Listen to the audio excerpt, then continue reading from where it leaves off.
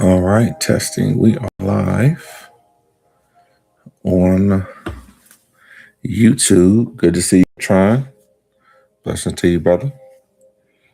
We're live on YouTube. We are live on Instagram. Men's mental health.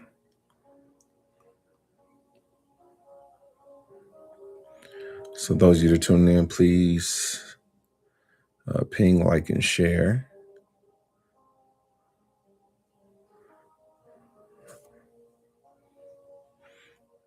All right. Invite your brothers out. Invite your sisters out. We're non-discriminatory.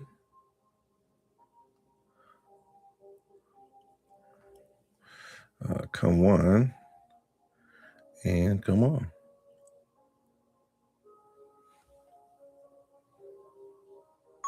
That's good.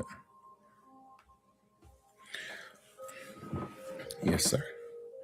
So we're live, and more live.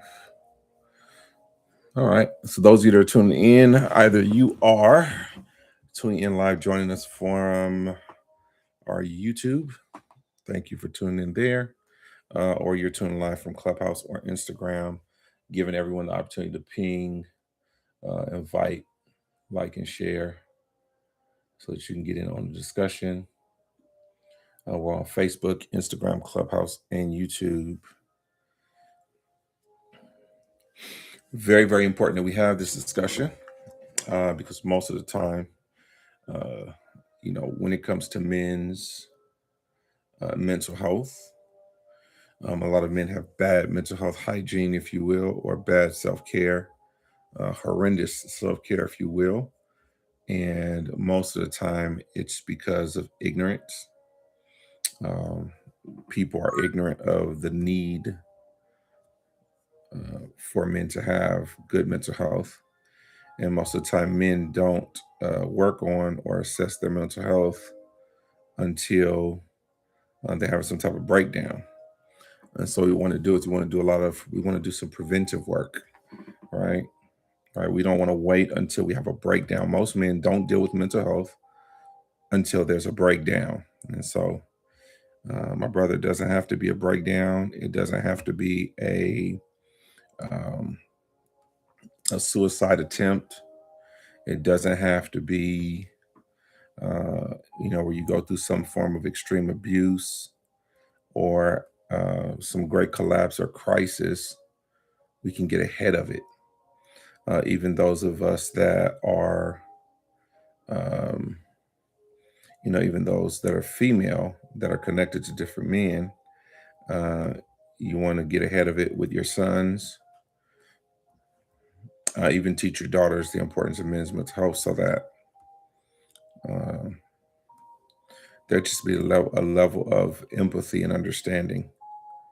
Yeah. So I'm just giving space for people to join in the conversation and bring awareness. So if you're looking from any of our various platforms, then you can see that we are on and we're serious. We're going to give time. We're going to give some thorough time for the brothers. Tune in, tap in, like, and share. So if you all could, you can assist us with that work. All right. God is good. All right.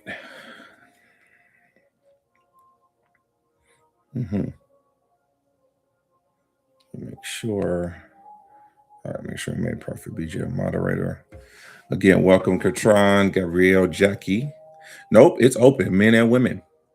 Men and women. Men and women. So we're not discriminatory. There's a lot of women that need to learn about men's mental health. So invite the women, invite the brothers. If people want to identify themselves as something else, that's fine, but just tune in and listen. Most only get help and support during the breakdown. It is important. Okay. It is important. It is vital. It is not something that should be looked at as secondary, or I don't need to worry about my mental health because I'm okay. Okay. Just because you feel okay doesn't mean you are okay. Say it again. Just because you feel okay does not mean you are okay.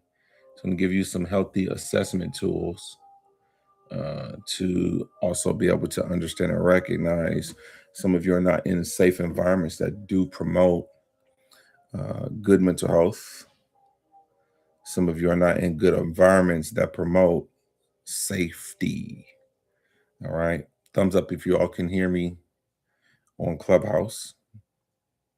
I want to make sure you all can hear there. All right. Thumbs up if you all can hear me on Instagram. Okay. All right. Instagram. Yep.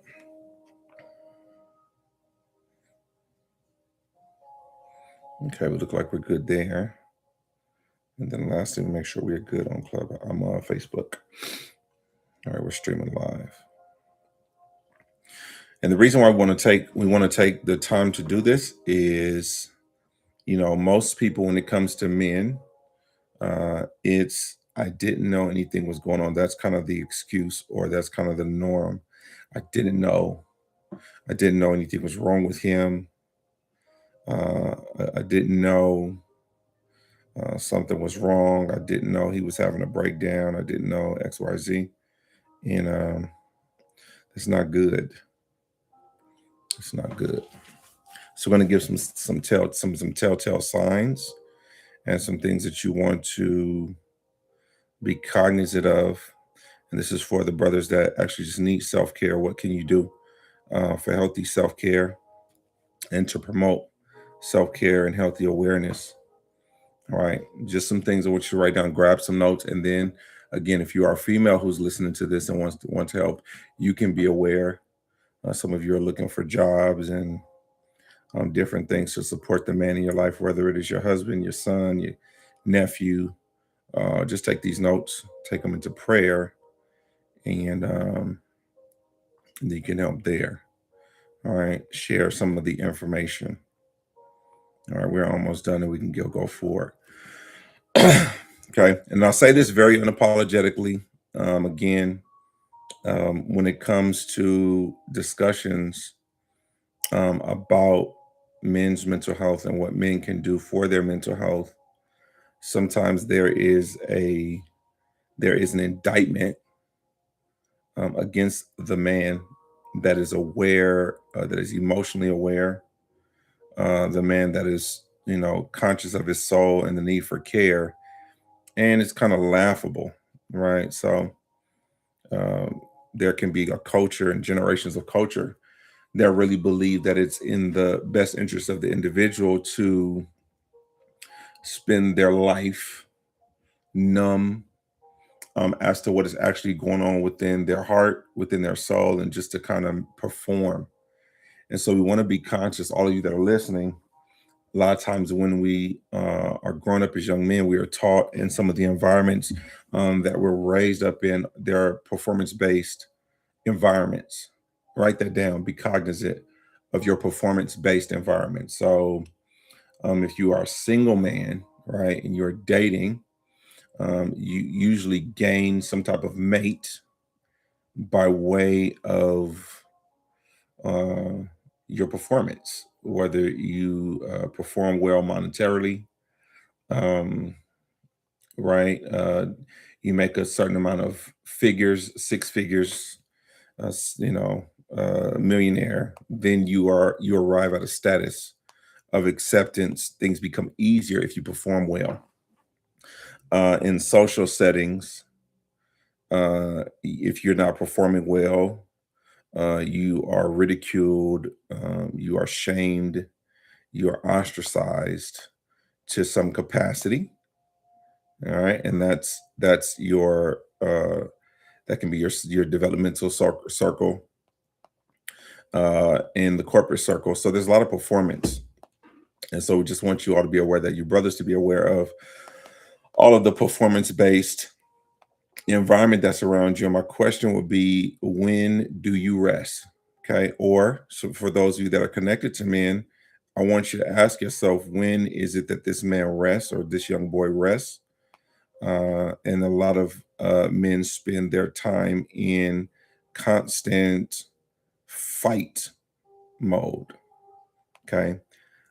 Uh, from a lot of times that young men are growing up, most of them are fighting, contending, striving, burning, burning the candle at both ends, to prove that they are a man or a good man, or to prove their manhood. So their total existence, from a lot of times when young men are raised, the mindset is my ability to take pain.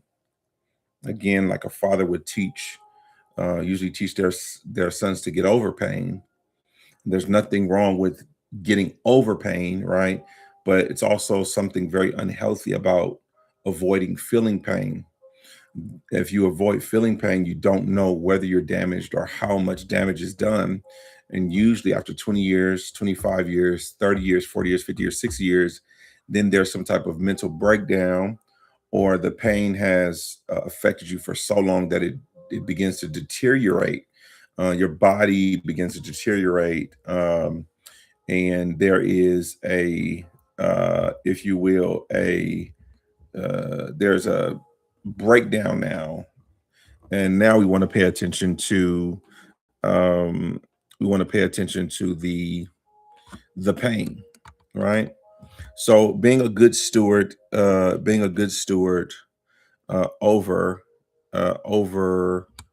my body, being a good steward over my physicality, being a good steward over, if you will, being a good steward over my soul.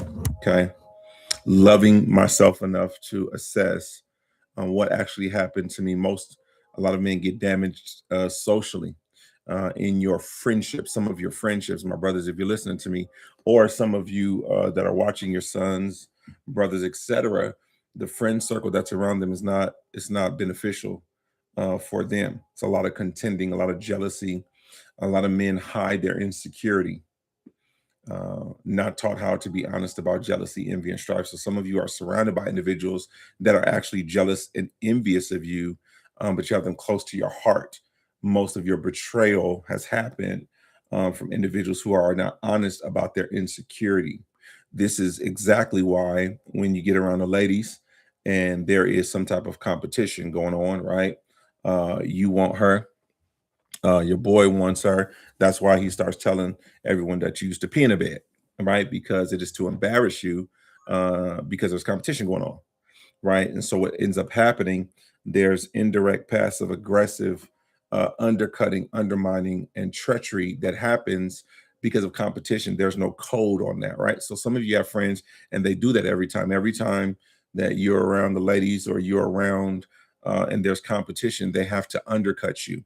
And so you need to mark and recognize those people that are around you that do you like that, because again, that's somebody, when it comes down to it, hear me and hear me clearly, when it comes down to it, it's you or them. They don't have your best interest in mind. It usually comes off as a joke, but in the heart, look how look how dirty, or look how treacherous or undercutting. Okay, because a lot of times men have this tough scale, hardness of heart, hardness of mind, where things don't literally register. It doesn't register you how dangerous that is. And that's just when it's a female and you're in the dating phases. How much more? No, I haven't gotten on TikTok, but I will eventually merge over there. I do have a TikTok, though, that I haven't gone live there. Right. So, just brothers, I want you to be aware of that. Open your eyes and look. So, you want to start marking your social circle of individuals who are close to you, who, as long as there's no competition, you're safe around them. Write it down, put a star by it. As long as there's no competition, okay? As long as there's no competition, I'm safe. But as soon as I get ready to advance, or as soon as it looks like I'm about to get the advantage, then the real intentions come forward, right? So again, you have this environment that produces extreme anxiety and tension and stress from the time, a lot of times, that men, praise God, even come to the earth, or young boys even come to the earth, right? So when have you been able That's something to ask yourself. When have you been able to put your armor down and your weaponry down? When's the last time as a man that you felt safe? Honestly, most of you can't say that because if you open your mouth and say that you don't feel safe, you will be ridiculed by your social circle, or you will be let go or dumped by your romantic interest. So, no, you don't have a safe space. Because if you can't be honest about what you feel, that's not safety. Okay? That's not safety. Most of you men cannot be honest without a war. And you need to own that. You need to feel that. You need to process what I'm saying instead of defending it. Yeah. Become honest about what you feel. See what type of war happens. Okay. Blessing to you all. Please do us a favor and share. All right. We're doing this in honor of men's mental health. We're doing like an open triage, and it's actually for all. Praise God. But the women can listen. You can take notes. It can kind of help you. You're having trouble getting through to somebody. You're having trouble understanding someone. What's going on? Why can't I get through with him? Safety is important with any form of mental health. I want you to write down safety. If you're not a safe space, you can forget about it. Okay. Ask yourself, am I a safe space? If you're a gossip, you're not a safe space, male and female. If you're treacherous, you're not a safe space. You are actually a part of the problem.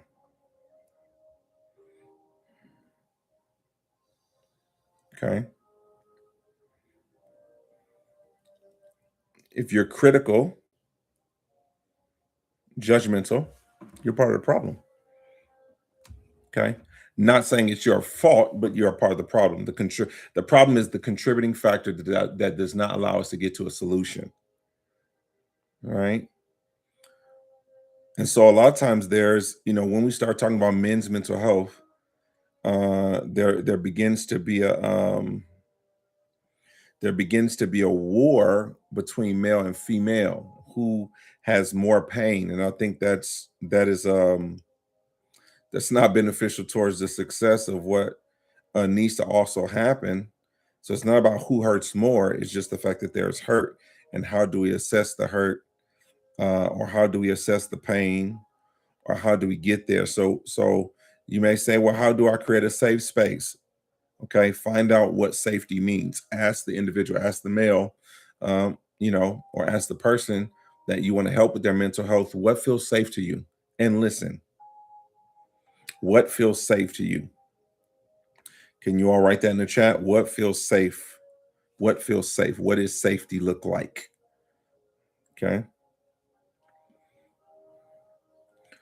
Some of you females, you look good, you shape well, you're successful, your hair is yours, you got everything going for you, you speak in tongues, you cook good, okay, you got a nice house, you have potential, but you don't know what a safe space looks like. So just take notes.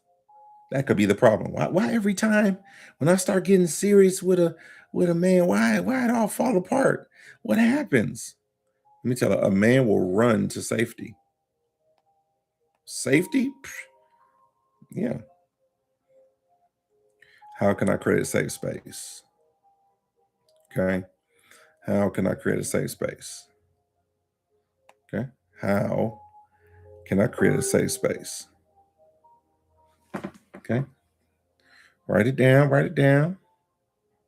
Thumbs up if you all are following and it's clear in Clubhouse. Let me see on Facebook what it's looking like. What it's looking like.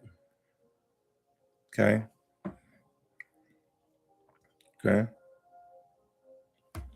And when you're listening to find out what safety looks like, also pay attention to when the person feels attacked. Okay. What makes you feel attacked?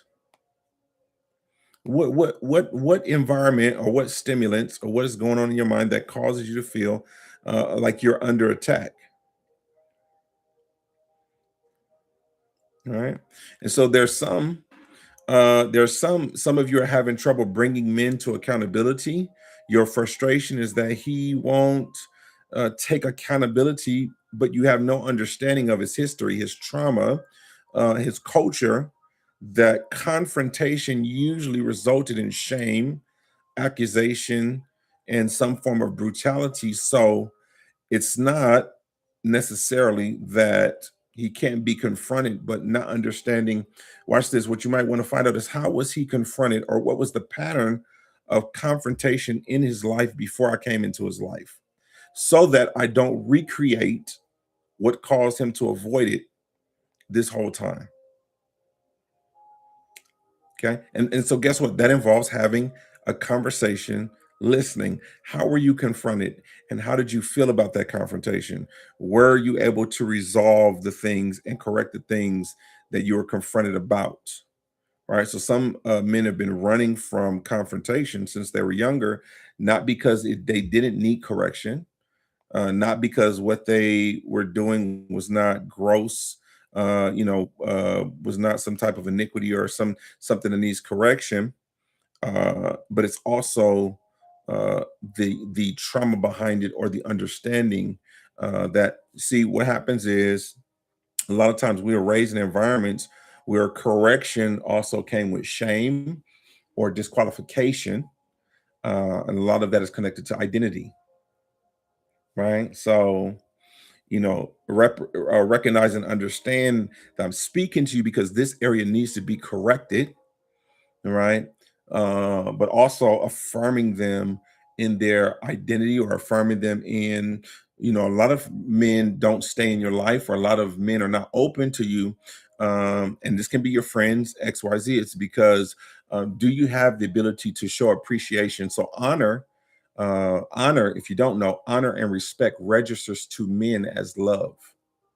Honor and respect. This is why we go after what? Championship belts. This is why we go after trophies, because respect, honor, recognition, right? We measure that.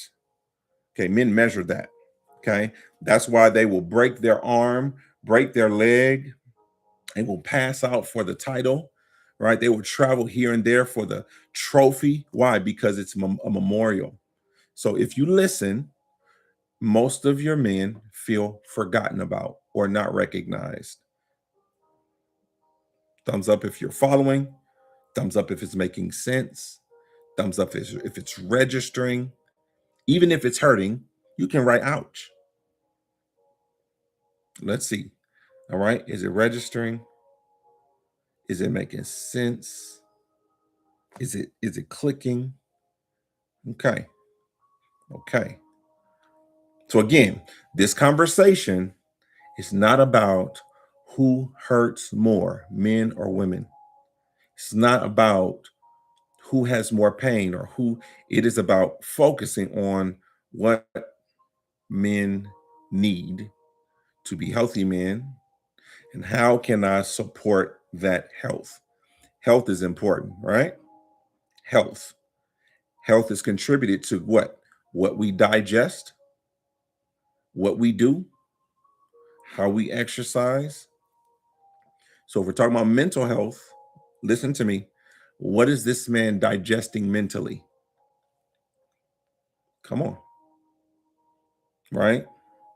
If you would be concerned and stop me from eating spoiled food, could it be that that man in your life is eating spoiled thoughts, rotten thoughts, nasty thoughts?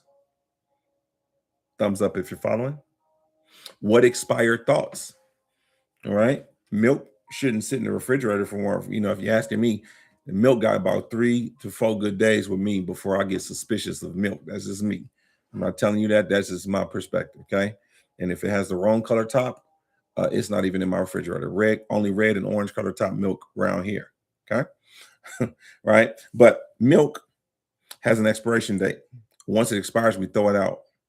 There could have been some things that happened many, many years ago, many, many moons ago, many, many weeks ago, that he's still digesting an old bottle of thoughts or expressions to this day. Okay. And it's messing. Okay. Mentally, he's digesting it. What is he meditating on? Okay. When men get quiet. They're chewing on, meditating on. Okay. Okay. I received that, Kertron. But see, he says, you say the things many people won't speak out loud, and you're a voice to the voiceless. And I receive that and I take that seriously. That's actually a prophetic word that God gave me, that I would give people back their voice, because I was once a person whose voice was not heard. And it led me to self destruction. Okay. When we are not able to express in a safe environment, and we're not able to share honestly. All right. So, me, I share what's on my heart, and I don't care what the attack looks like. Okay. But I used to be afraid of the attack. And most of the time, I was afraid on on how I would react to a bad reaction, until I recognized that even if somebody doesn't respond, I stop expecting people to respond positively towards what I had to say. And I don't look for a response, but I get it off my heart. And that's just something I want to pass to everyone, male or female, especially to the brothers. Say it. Can somebody write that in the chat on the screen for us? SAYIT. Say it.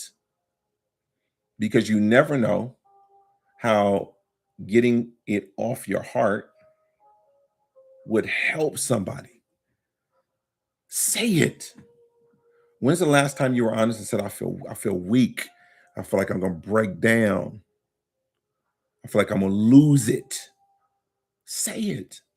Because a lot of times we are trying to, a lot of men move in passive aggressive communication. And a lot of men pick that up from their fathers, who get it from their mothers. Okay. Not that women are the cause of, let me make sure, not that women are the cause of passive aggressive communication. I'm not labeling women as the cause. I'm saying as it's picked up generationally. Okay. So he's sitting in the car after a hard day's work, and he doesn't come in the house, right?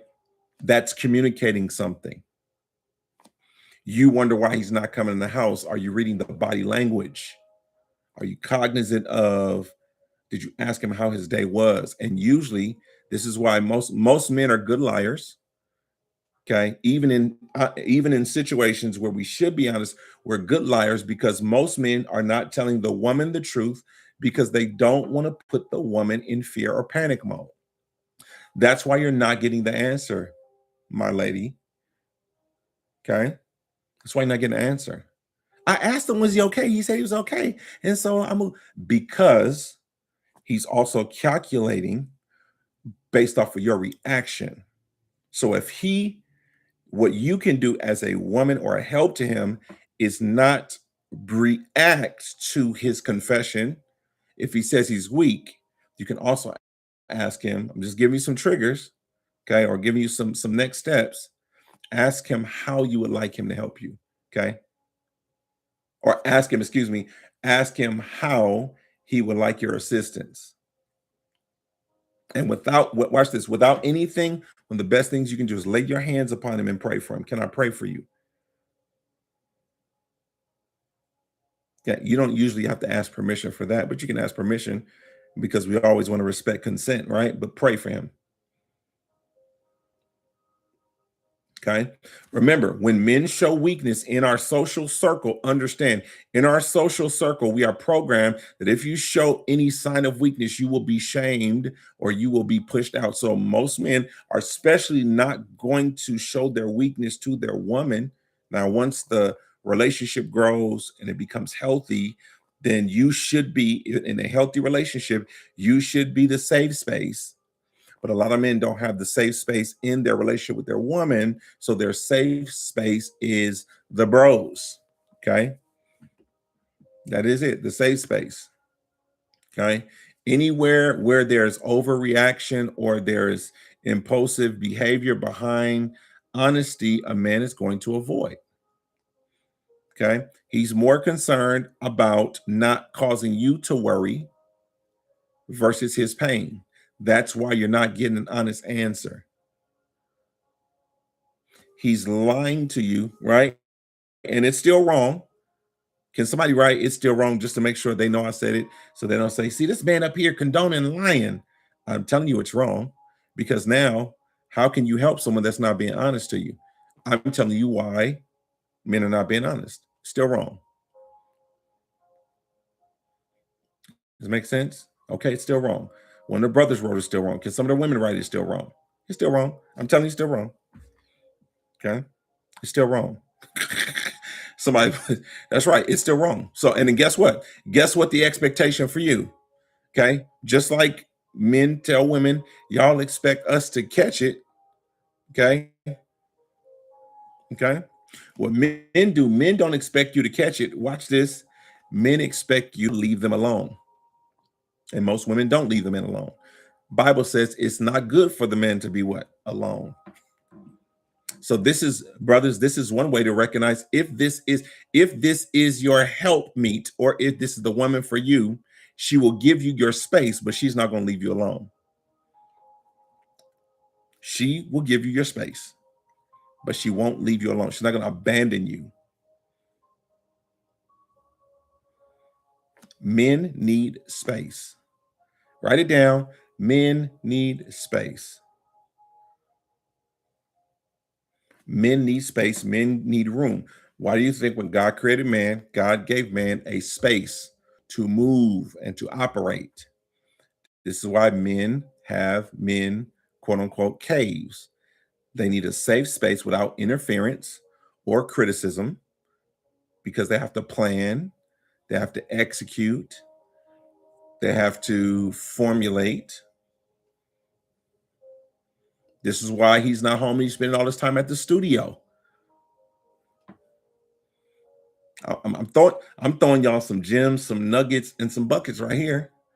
Your whole relationship life gonna change if you pay attention. Catch this log. Men need territory. Is this helping somebody? Territory. Men are territorial. Yes, we are. Territorial. Respect is connected to territory. You cross a territorial,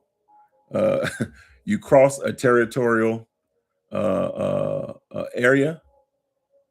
Okay, it's disrespectful.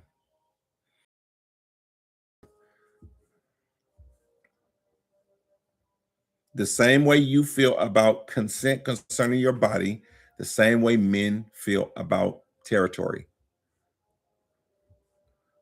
Digest that one. Boundaries. Boundaries. Territory. That's why a man will crash out. You'll see men collide, even in the animal kingdom. As long as you're outside that territory, there's no war. But you step inside that territory without consent or permission, then the man goes into defense mode. This is where you're getting combative communication. Okay. Ooh, I hope you're listening. The argument is over the territory.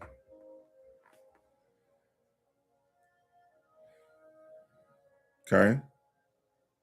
I've handled dangerous animals before, snakes, scorpions, all kind of crazy things. Okay. And you have to recognize when an animal, okay, even in the animal kingdom, and I'm using animal for us to understand the beast nature, or for us to understand just the nature of a man without Christ, or the nature of a man without reason. Remember, we're bred to be protectors. What do we protect? I'm gonna give you the formula. What are we bred to protect? The things that are within our territory, or the when you're talking about, I want him to be responsible. Understand, you make him irresponsible when, as a mother, right? How do I raise my boy to be irresponsible? You can't give him territory, okay, a boundary, and then come help him in his territory with the things that he's responsible for, because he has to develop the skill set for his territory. And so this is why most of you are having trouble with your man, because when he gets to difficult times, he expects his mother to show up because she interfered. Some of you mothers are interfering in the development of the man And then you wonder why he does not become a man, because you don't know boundaries or territory. But then we scream, respect our body. Nobody is teaching you this. So I'm teaching you now to undo the generational ignorance. It's the same thing. Thumbs up if we're at least hearing. I don't know if we're processing it, but is it making sense? Is it registering? Are you all hearing? You can say, okay, you can say, because again, when you step over and you touch, listen to me, when you step over and you touch something that a man is responsible for, okay, your interference, if there's a part of him that's not healed, there's a part of him that still deals with shame, guilt, fear. When you touch that area, okay, it is communicating to him that he is inadequate or insufficient.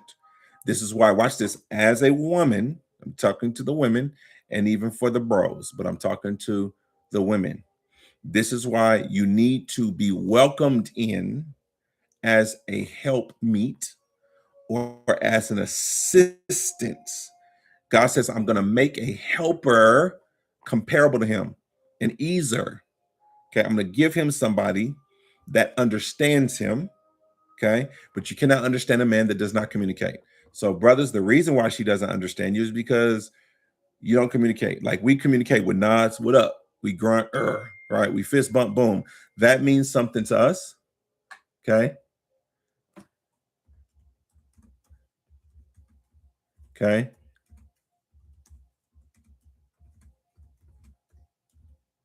Okay. It communicates.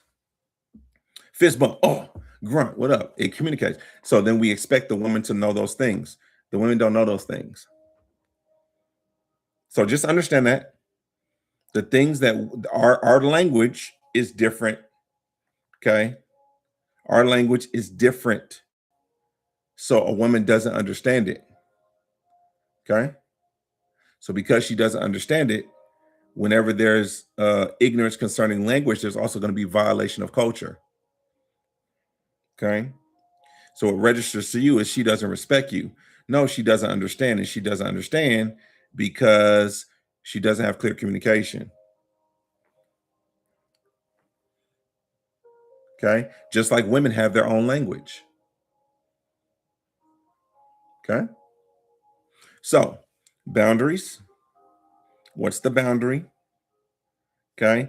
Some of you, if you can go ask your man, what causes you to feel disrespectful? What caused you to feel disrespected or not honored? I can guarantee you it's going to be behind a boundary or let's just say territory, because there's territory. Territory is everything that he watches over, everything he's responsible for. That's why you can injure a man. Most women have injured a man by touching a man's children or having grips over the man's children because that's a part of his territory. He's responsible for that. And when you take it from him, you can manipulate. You can move the goalpost. Okay. I don't even want to get into the strategy of America. All right. So then there's boundaries. So you have territory. Okay. That's where I've marked my territory. Okay. And then you have a boundary or a barrier. You have a boundary that's where you don't cross. So whenever a boundary is crossed, you're going to see a reaction to the natural man. Even if he's, a man can be full of the Holy Spirit, full of wisdom and under control. There's only a certain amount of times that boundary can be crossed before you're going to see a change in his communication. You're going to see a change in his behavior. You're going to see a change in his tone, right? Because that nature is saying danger, don't feel safe. Just like the hairs on the back of a cat's back will stand up, or the hairs on the back of a dog's neck. The dog will bare his teeth. What is the dog telling you? Stop. Okay. So there can be indirect communication or indirect signals that are going out that may not register to you. Okay. I'm just giving them to you. Okay. Mm-hmm. Mm-hmm. Okay. This is why this is my personal doctrine. This is my personal doctrine. I don't believe it's good for a man to move in with a woman, okay? Because that is a man moving into the territory that a woman has already set up, okay? Okay. I'm not saying if you've done it that something's wrong with you. I'm telling you again, this is my doctrine, okay? Because then she has set up upon the parameters. It is good. The Bible tells us, I'm going to go for from biblical principles. He says, I go away to prepare a place for you. Okay. So you create the territory, and then the helpmeet that you get, bring into your life. Does she have the ability to take that territory and create a home in it? That word home includes peace and safety. It's not a home if there's not peace and safety. This is why the Bible says it's a man would rather live on the edge of a hot tin roof than to be in a territory with a what? With a combative and a contentious woman. Okay. It's only because of mindset. Okay. A lot of times that can become a problem later on. Okay. So if the man is at war all day, or if he's fighting all day, is he coming home, or is he coming to another battle, another responsibility, another trial? Write that word down, trial. What a trial does, trial is a proving ground. So he's proving himself. Praise God. He's proving himself at work. He's proven himself at the gym. He's proven himself elsewhere, and then he comes home and he has to try to prove himself. That's why he doesn't want to be there. Or if he's there, after a while, he may use a painkiller. He may use a painkiller to deal with. He wants to stay, but he's in anguish or agony, mentally or emotionally. Peace. Write that word down. Peace. Peace. Peace.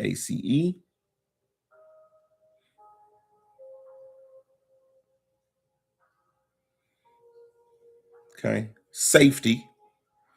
Safety. Rest. Rest. Those three things: peace, rest, safety.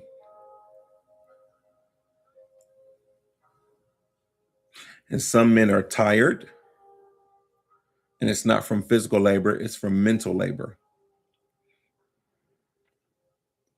Men worry, we just show it different.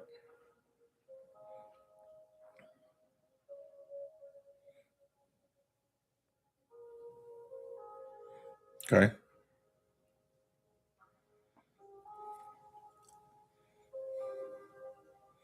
And to a lot of the brothers that are listening to me, hear me and hear me clearly. You need to change your social circle. Okay. Now, this is for me. Again, my perspective is I don't linger around. It doesn't bother me when people are insecure or jealous of me, but I respect, or if people don't like me, but I respect people who are upfront with it. Okay. I respect people that are upfront with it. This is why in the animal kingdom, just by nature, territory is marked, because guess what? It's the scent of a rival. But some people around you, my brothers, is they have the scent of a rival, and it's covered up with flattery. But if you can get past the cologne or the perfume, or all of the sweet stuff, you are a rival to them. A rival. There's contention. There's strife. So those are not your friends. Okay. They're just waiting for they're waiting for the opportune time to undercut you. So I don't have a lot of people around me, because I don't respect that type of movement. Don't work well. It doesn't work well for me. I like to know where my enemies are. I like to recognize. So the scent of it, and usually as men, we can pick up on it. We hope for, and we wish the best for. Okay. We hope for and we wish the best for it. So, you know, the person has the potential because they said some kind things. And most of you brothers have settled for a couple of, a couple of kind words that were said to you. Okay. But then on the other hand, the person in your life, they're moving the way they're moving like a rival, they're moving like an enemy. But it's what they're saying don't match. Okay. So in the animal kingdom, right? Or when I'm saying by nature, I'm using that for a reason. Okay. You don't just go by scent, you also look at action. So some people are showing you by their action, even though they come with sweet words and flattery, you my boy, you're looking at the action, and the action is telling you rival. So you keep the rivals where the rivals are, keep them there so that you don't find yourself again, especially if you pose a threat to individuals. Okay. If you pose a threat to individuals, okay, just like Scar, okay, let's use the Lion King for a minute. Scar could not let me use like this. Scar could not handle Mufasa. So he created a situation to take care, to take advantage of Mufasa's vulnerabilities. Some of you have scars around you and they're lingering, but they're waiting because of they can't deal with you head up. They can't deal with you up front. Hear me. It's diabolical. Okay. They're waiting for you to get weak. Then they will strike. This is where discernment comes in. Okay. You need to be discerning and you need some street smarts. That's a level of discernment. Okay. Okay. Blessing to you, Hurricane B. Brother, blessing to you, Brother Jarrell. You need to be a discerner. This does not, and I'm not projecting suspicion. Hear me what I'm saying. I'm not projecting suspicion. Okay. But this is why there's vetting processes. Some of you don't know how to vet your friends. You don't know how to vet them. Okay. You vet them so that you're not in a situation to where you're vulnerable and then someone takes advantage of the situation and harms you. Okay. So there are people around you who harbor jealousy. Listen to me, they're waiting to get their lick back, or they're waiting to re-embarrass you. This is why I don't embarrass my friends. Some of you hear me and hear me clearly. Stop embarrassing your friends. Why would you embarrass your friend? Just think about that. Why would you embarrass your friend? And why would you embarrass your friend in front of people that don't care about them? One of the worst things you can do is embarrass your friend that you love. And again, we do it as, we shoot. I'm not telling people going around here to be touchy and sensitive. Oh, okay. No, it's a part of our culture. We jostle, we joke. You know what I'm saying? Look at your swole head. Your chin look like the bottom of a toaster, and we laugh about it, right? But it's in a culture of support and people that love. It should be, but you got to also pay attention to when you are actually trying to embarrass or shame someone around people that don't care about them, because that can cause great injury. You never embarrass someone you love to the point where it can injure their reputation. I'm giving you some gems. Some of you are not good friends because you don't handle the vulnerability of people you love. And there's people around you that have been sitting and you've injured them. You've injured their reputation or how people perceive them. Ladies, some of you, this is the reason why your man won't open up to you, because you injured him. Okay. One of the worst things you do is injure a man in his reputation. He could be acting like a jackass, but still keep the crown. And there's a time and place to address the jackass.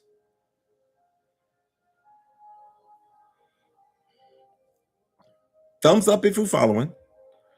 Write down time and place. And also, brothers, there's time and place to have the conversation. There's even with saying your boys that you're close with, there's time and place, bro, to have a conversation about that thing that's in your heart. Hey, bro, you embarrassed me, XYZ. This is how we have situation. Listen, this is how we have men who will off one of their friends or do something crazy over being embarrassed a year ago, 2 years ago, at the party, because that thing sits and it grows. You got something in your heart against your friend. But again, men's mental health, men's mental health.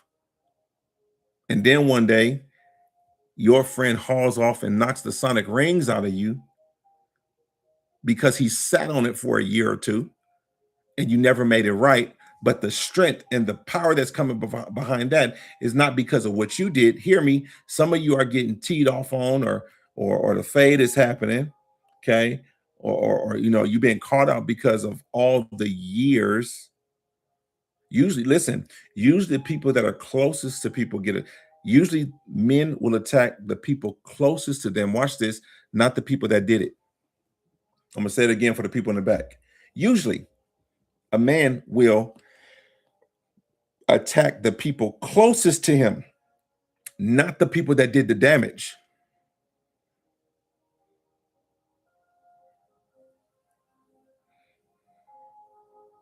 What you said, I'm trying to help somebody protect their apartment building. This is why you got holes in your walls and holes in your door.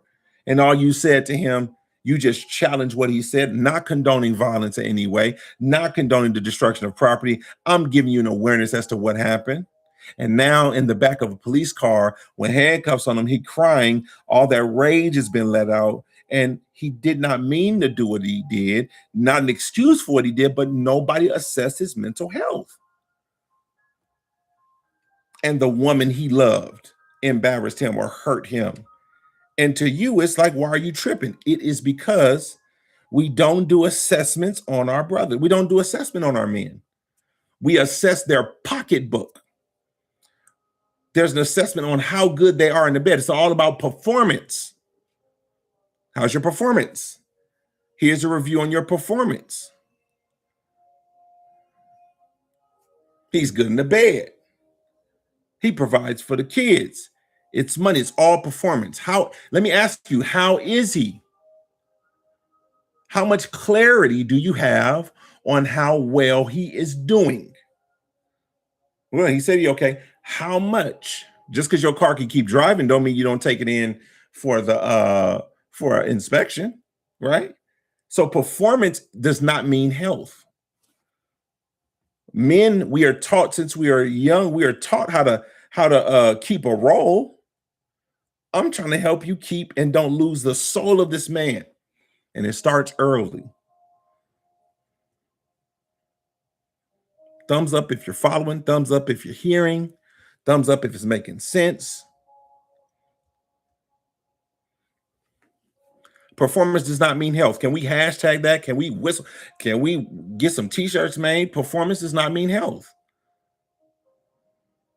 Your car can drive thousands of miles and then have a breakdown in the middle of the journey because of a sensor. Okay. So when a man starts to isolate, number one, I'm giving it to you. Brother's probably going to jump me after this. That's fine. Number one, isolation is a sign. Okay. That's a sensor. Is he isolating?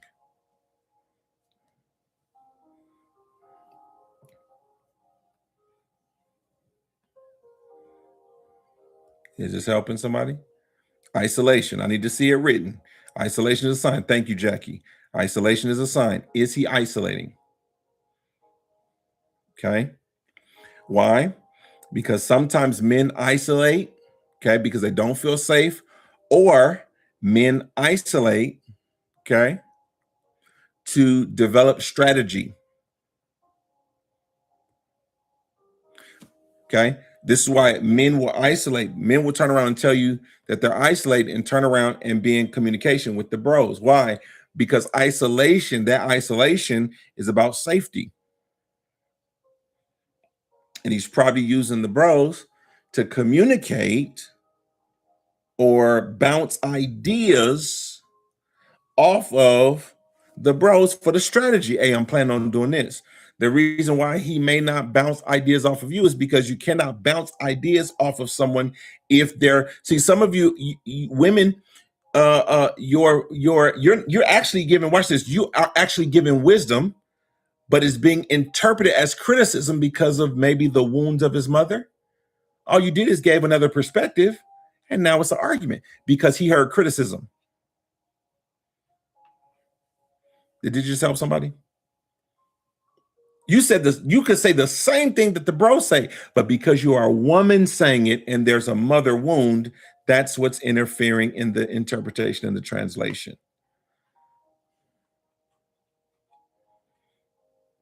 That's why some of you brothers are not ready to get married. You're not ready to get married until you get healed from what your mama did. And it will show up.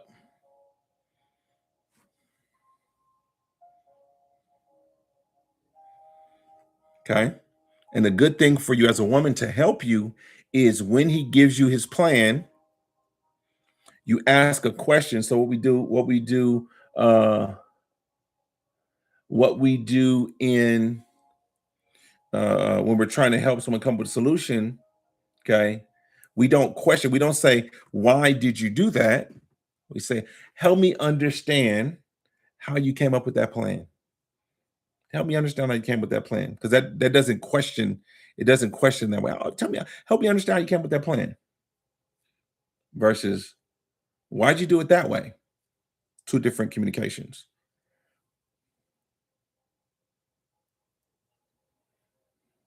Okay. Hope this is helping you. So if that's happening, you pray. Help me understand how you came with that plan. And then what you do, you have the ability to pray. Pray that God will give him wisdom.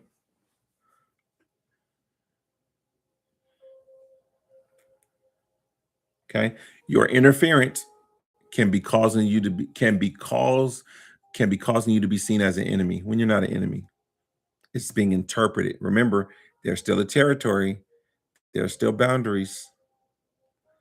Men have boundaries too. Can y'all write that in the chat? Men have boundaries too. Men have boundaries too.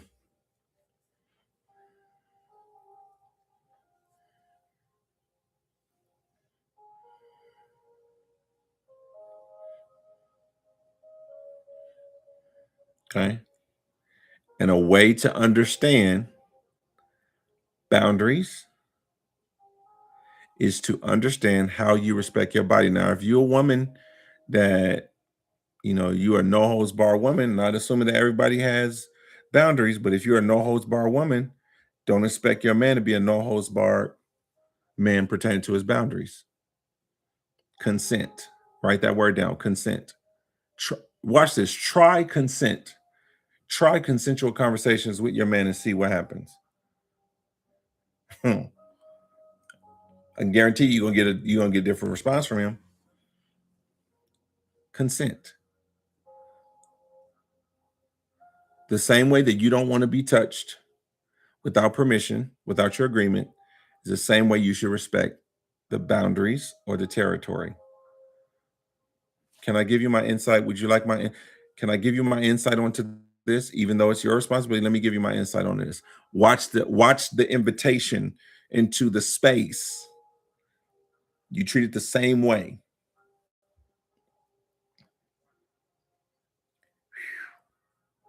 I'm gonna pause for a second. Let's see how this is landing. I'm gonna bring our brother Katran up. It's been a while since I've seen him. Praying all is well with him. Let's see how's this landing for you, brother, and then let's get some of the ladies to share what some of their insights are. Some of you on Instagram, you can put up how's this landing. Those that are on YouTube, how's this landing? What are you hearing?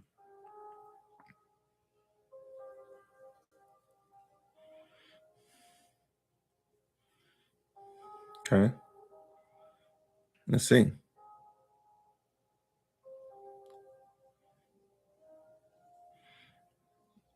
There you go, brother. I'm listening. Can you hear us? Katron? Hey, yes, I'm sorry. I wasn't by my phone. No worries. I think this is really good teaching. I feel like you're touching on a lot of things, like I was saying earlier, that a lot of people can resonate with, but like won't really speak or say out loud.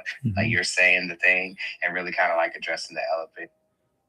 Okay. I think this is really good conversation, and I'm definitely getting value from it. Okay. It's great. All right. Would you mind if I ask you the conversation around territory or boundaries? How does that register for you as a brother hearing that? Well, A lot of what you said definitely resonates with me. But me personally, I had issues with, establishing or setting boundaries. Mm-hmm. Maybe I'm not the best person to ask about that because that's something that I'm working on, into my life and time. But Mm-hmm. know that there's some people who are definitely more firm on their boundaries and things like that. And that's where I'm trying to get to. Okay. But I'm coming out of a season of people pleasing and stuff like that. So I'm working on, walking in a new direction for me personally. Okay. Would you mind if I share something with you? Go ahead. Okay. And this is just me, I don't think it's fair for you to disqualify yourself as a person who would not be qualified just because you've had problems with boundaries, right? It goes back to your voice, right? So just because you had trouble before, is your safety no less or no more important? I mean, it is. Okay. But did you see how you just said now listen to the tone of what you just said. I mean, it is, right? You're still kind of asking for permission. Does this make sense? I mean, you're like, it is, but and that yeah, did you hear that? And so that comes from people, that comes from you not being considered. And so you adjust it, I'm not trying to triage you, but we here. uh it's because you've adjusted to not being considered. You've adapted to minimal consideration.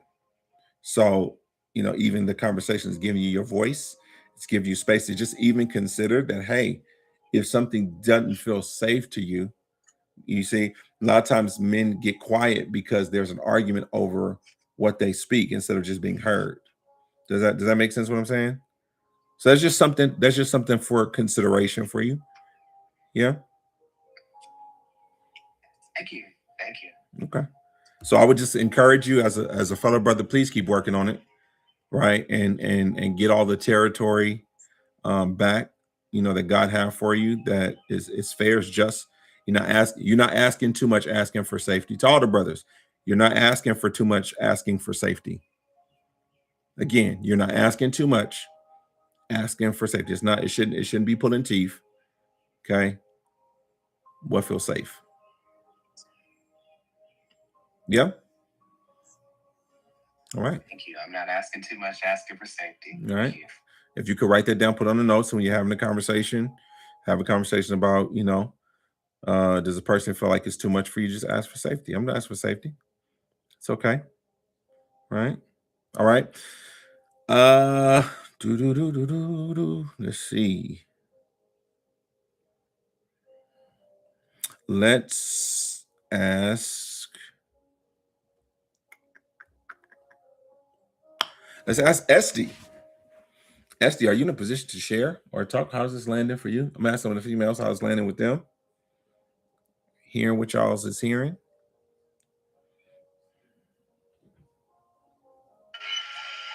I've missed a lot of it because the title threw me. Okay. I saw you open the room, and I was like, "Oh, this is for the men," so I didn't join. Oh yeah. I should put everyone open, everyone welcome. That's what I should put. I was thinking about that, but I didn't. Yeah. So when I saw it, I was like, "Oh, we doing a men's thing." Okay, so I did not join, and then my husband texted me was like, "No, it's for everybody." I said, "Oh, okay." So I popped in. But I do think, from what I did hear, it is important that men have basically. I have taken notice of this a while ago. There's not really a lot of safe spaces for men to go. Like there's all kind of women's conference, all kind of different things, sister circles, all the things. But men are just kind of expected to hold it together, keep it together. So even when you were like, men have boundaries too, it's like, that, but hearing you say it, it was just like, yeah, they do.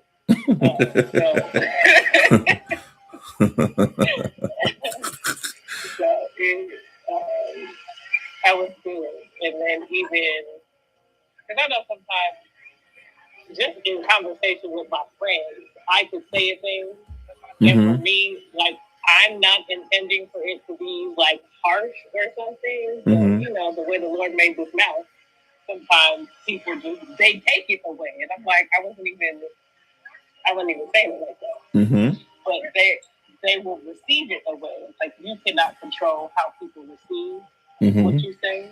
So that whole asking for consent to, give advice, and I had to learn this, like DJ helped me with this. Like people would come to me, and sometimes they don't always need a response. Sometimes they just want to get it out. And for someone who's used to having a response and figuring it out, because I'm like, okay, we'll figure it out type of person. And sometimes that's not what somebody needs. If we're talking about it, we might as well figure it out. Prophesy. Everybody's not there yet. Prophesy, Papa, prophesy. Everybody's not always there yet. Sometimes they're still processing, and they need help processing. So I have learned to ask, is this a conversation where you are just processing, or do you want feedback? Okay. Yeah. Okay, that's good. That's good. Okay. Yeah, I think I'll use it. Okay. All right, good stuff. Thank you for that share. So let me again, brothers, y'all could jump me afterwards and pack me out. That's fine. We can scrap. So I'm gonna throw something else out there. Okay, I'm gonna throw something else out there. I know I'm breaking code. Okay, I'm breaking extreme code. Well, why do you think a lot of men? Hear me? You ready? Why do you think a lot of men love the barbershop? Okay, because the barber, okay, follows instructions and respects consent. You mind if I take this back a little bit? You mind if I cut you right here? Right. So we tell them, hey, I don't have no hair no more, and watch it. Okay. But back when I used to get the little tapers of fade, you know what I'm saying? The taper was important to fade because it's about presentation. So do I have permission to cut or fade this in? How do you want it? Right. Do you want the south of France? Do you want here? Right. So pay attention to that. Right. So a lot of times we come in and we cut, right? Or we allow editing. Pay attention to the barbershop approach. Okay. The barbershop approach. Okay. Watch this, a little off the top. Okay. So we're able to be what? We're able to be at the vulnerability of somebody who carries a razor. So men don't have a problem being cut. Okay. It's if the cutting enhances. So when you women are bringing, or you're bringing, your wisdom, when it's wisdom from God, even if it's, watch this, if it's correction, if you don't angle the razor right, it will cut and cause a bleed instead of bringing enhancement. So your correction in the wisdom of God, all you got to do is take what you said and angle it right. That's all. It's not for you to shut up and don't say nothing. Angle it right so that it causes a fade. You got to know the difference between a fade and a cut. Okay. He don't want a bowl cut. He don't want a chili bowl. He don't want a dooley wop. He don't want a Covadas. He wants a fade. He wants a taper. It's the angle of the blade. That's all. It's the angle of the blade. It's the approach of the cut. Okay. And so you want to develop your angle. That's why that's why men can be faithful to one barber. Okay. Some of y'all in the future are going to be saying, I'm my man's barber, right? Because the way that you fade him up, the way that you give him that taper after that conversation, he come out. Why you think when we come out the barbershop, we can't tell us nothing? We feel like we take over the world. We go get a cut first. Okay. And so the barber cuts the hair. You are the barber to help cut the soul and get the spirit in line. Did that just help y'all, ladies? Is that helping some of y'all? Thumbs up, right? He can't be faithful. He don't have the same barber. Let Mrs. Green come in. Oh. Welcome to the Green Room 2026. You're getting a premiere. Listen. Oh my Lord. Listen. Dre, come get her. You are going to get a test of the Green Room that's coming, our podcast. So listen to this, ladies and gentlemen. We can't go in to cut this hair blindfold. I mean, we can, but you might get nicked. Ooh. And because you guys don't like to talk, we're in the blind. We're cutting your hair with a blindfold on. I just want you to consider. That's good. And now eventually we feel around, but we're feeling around. So you might get nicked. Hey, somebody write that.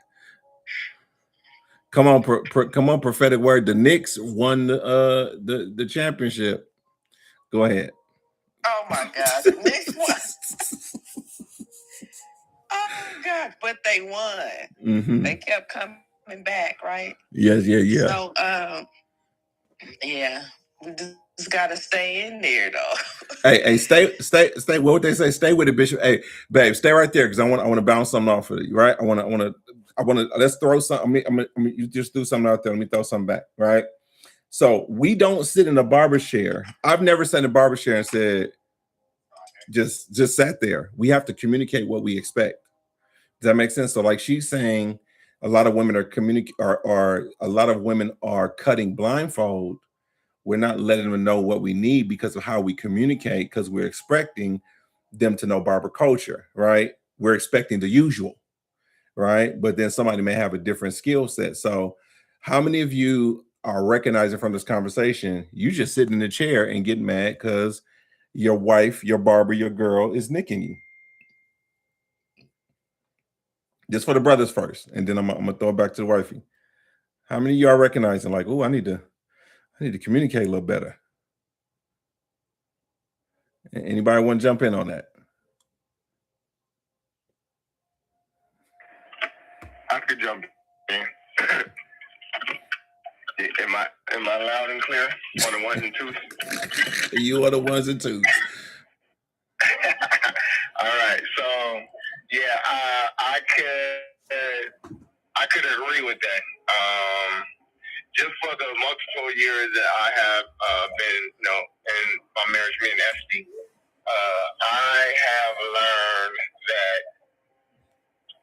when I openly communicate about what I actually desire, what I need, that communication can take time. And this is where I think, because the way society is and the way the men process, we're used to everybody catching quickly what we're saying. And a lot of times a woman is not going to quickly connect to what you are saying because you're speaking a different language, like asking a baby to speak fluent English, and has only been here out the womb for like 6 months. It takes time in that process. So I learned through interactions and conversations with her that eventually it gets there. And the hard part is not to give up in frustration in the middle of it. Because that's when, you might get a little dinged up, a little nicked up here every now and then. I'm kind of used to it. We talk about barbershop talk, because I have this cowlick in the front of my head. Every barber I go to, okay, they still be messing up that cowlick no matter how many times I sit into their chair. It takes for a barber to cut my hair for about a good month or so, or a couple months, about a good 6 months before he actually starts to unprocess, understand, okay, your hair goes this way, it goes this way over here, and this way over here. This is a trouble spot.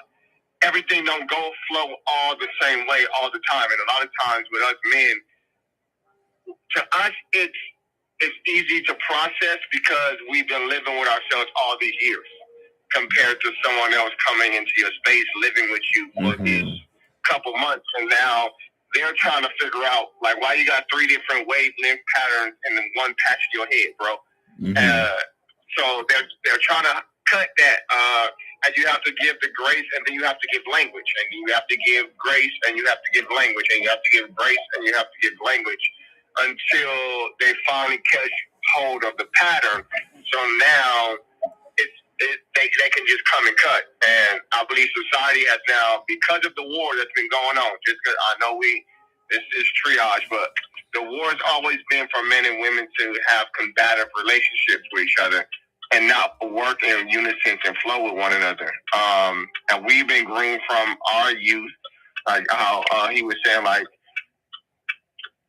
we have been groomed from our youth to, we are in competition, we are fight, we're in tussle, we're always in flight, fight, we're always in those modes. And then women get into that mode, and then it takes for two people to settle down in a peaceful manner and express and allow things to come forth. And I believe, as he was just saying right there, when we don't know how to express, and when we think that we are expressing things, because sometimes, like I said, just as a man, in my head, I got the whole expression down pat. Bro, I done wrote 2-page essay, but when it come out of the paper, I got about 2 paragraphs, right? Mm-hmm. And there's things that think in the head that you don't fully process outside, and then when you get nicked, it's like, I told you, or you didn't say I told you, but even if you're thinking it in your mind, you're having I told you thoughts in your mind, something that you never express verbally. And because we're used to being in our head, especially for those who are like, strategists, and that's the way you think. You strategize in your head more than you ever vocalize externally. And for strategists, we have to learn how to strategize and communicate, because our mind can be processing 1,000 seconds a minute, and what we're verbalizing is like 5-6 words, and we're like, hey, why you don't get what I'm saying? I done laid the whole thing out. And I believe that a lot of us men, especially those who had to survive through our cultures and things we grew up with, we've learned to survive because we learned to strategize. But communicating that strategy to others has not been, and usually is not the easy space to do. And this is where we have the struggle. And we get the mix. But I can only say from my own experience, it takes grace, mm-hmm. And patience, mm-hmm. to process through the nicks and the pains, because just as you are being nicked, she's being nicked. Mm-hmm. And you guys are actually nicking each other, even though she may be the person cutting your hair and now it looks bad, but then there's the part of her that wants to help that is being damaged, mm-hmm. because she nicks you. So then there's two people in the midst of a process growing together, that it just takes mercy and peace and grace. Hey, I hope that answered. No, that did gave clarity. Really quick, wifey, I need you to take a note for me, because I just got to drop real quick before I lose it. You there? Yeah. The barber and the beautician. I need you to write that for me, and we'll talk about that later. Okay. The barber and the beautician. All right. Okay. If you could text that to me. So you wanna see a man ticked off? He goes to the now again, I don't got to worry about it right now, but back in the day, if you push my line back, we're gonna have a problem. Okay. We will leave a barber over a pushback line, and there's brothers who probably want to leave a woman because she done pushed the line back. Okay. She done gave you the George Jefferson. She done hit you with the cul-de-sac. Okay. So let's talk about it. What's your take, love, on cutting blind? Can you talk to us about cutting blindfolded? Well, I'll say this.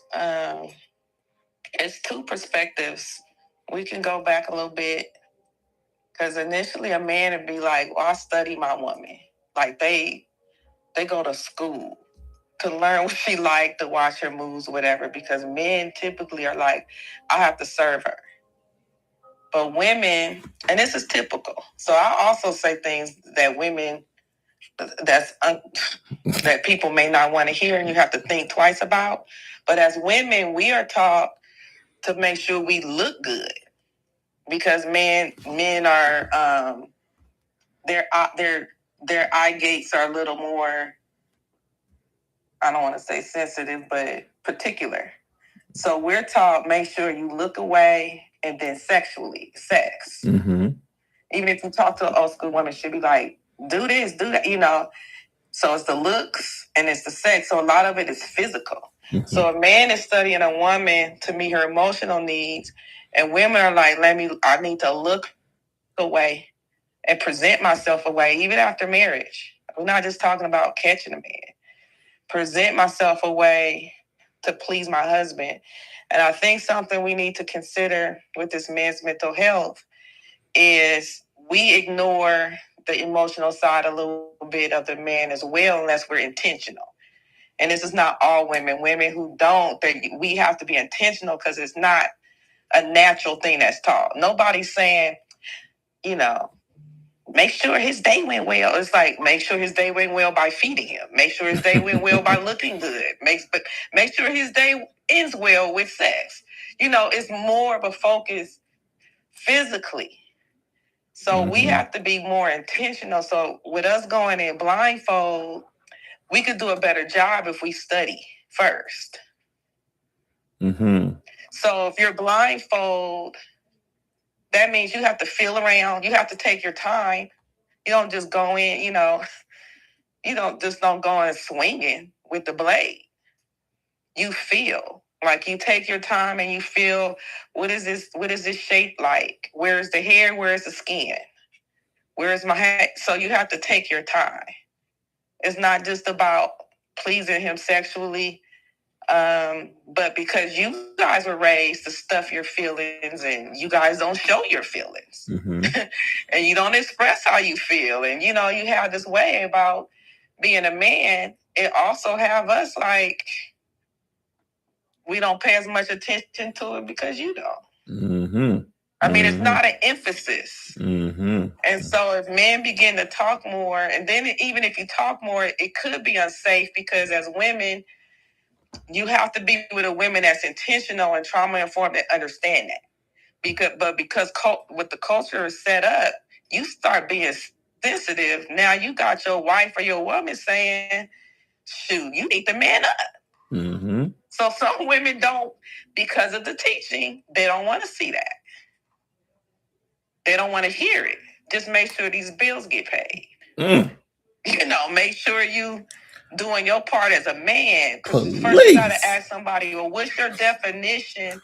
You have to ask a woman, what's your definition of a man to start with? Because if it's paying bills, provider, because maybe that's what they've seen, maybe that's what they've learned, then you got to understand, you get to start the crying. They're going to be like, hold up. That's not my definition of a man. So they're not trying to feel around. They're not trying to take their time and do that, and meet your emotional needs. So then now it is unsafe for you. Now you do need to go to the barbershop because I can't just tell a man to just start opening up. It depends on what type of woman you're with.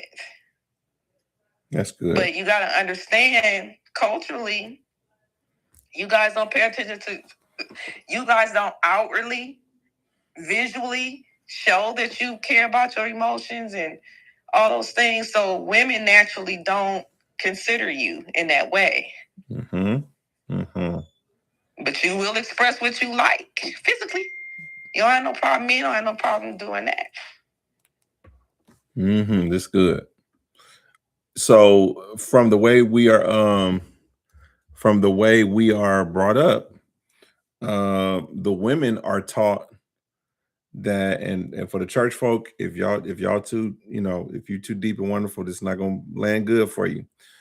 But you want a man that knock the sonic rings out of you in the bedroom on one hand and give you the Mario coins after work. Mario coins and sonic rings, and that's what you want. Okay, so that's not healthy. It's more than rings and coins. Okay, it's more than money and rings. I know. This is the triage room. This is not the church of Philadelphia. Okay, this is people that need to just hear it that way. All right, and that becomes it. He could look like McGilligorilla. He could look like Ben Davis as long as he knocking the Mario, hitting the Mario coins and they dropping and them Sonic Greens getting knocked out in the bedroom, girl, and that's good. But then you don't have emotional connection. So we're not raised to express our emotions. So we are taught that from the get-go, that that's a sign of weakness. But then guess what? Guess how it's kind of dysfunctional, because then women crave intimacy. Okay. Women crave intimacy to men who are, some of the men were raised by their mothers to not show intimacy. It becomes an Wait, before you keep going, it's not just the coins and not the sonic rings. It's also, you need to be aware of our emotions. You need to be aware, because men are taught, even to get to the sonic rings to start with, you have to connect with a woman's emotions. So the men are taught. So our expectation is that I can cry. You know what I'm saying? And you need to hear how my day went. So we'll come in talking about our day. We just don't expect, because you guys don't express and haven't been learned to express, and there's no emphasis. You don't get to express your emotions and how your day went. But you need to listen to how my day went and deal with my emotions. Can I throw you a lob, though? As well as the other two items. I'm going to throw you a lob, though. I want you to catch this one. Ready? Okay. One of the reasons, let's chew on this. One of the reasons why, or consider this, that one of the reasons why men may not be able to be in tune with your emotions is because they're not good with their own. They don't even consider themselves. Exactly. Right. So you know how the Bible says, we're supposed to treat our woman as we treat ourselves. So one of the telltale signs that a man is not dealing good with his mental health and his emotions is how he handles yours. I threw you that lob. What's on that? That's why he's able to listen and hug me when I cry. But the minute he starts to try to fix, talk, whatever, you didn't understand what there's an argument when you try to, because the connection's not there, but the expectation is there. Because you got me by listening to me, by appearing to, meet my emotional needs. That's how you got there. Oh, that's good. Because the man was taught to study the woman and do these different things. Well, you talking good. You digging in something. Keep going, because I'm well, come on, keep going. And I want to land something right there. You caught me. Give me that. You was in there. You caught me with it. Come on, keep going. Yeah, with the emotional, because of the study. The man studies that woman. Okay, she likes flowers. Okay, you talking on the phone for hours when you first, when you're trying to get in it.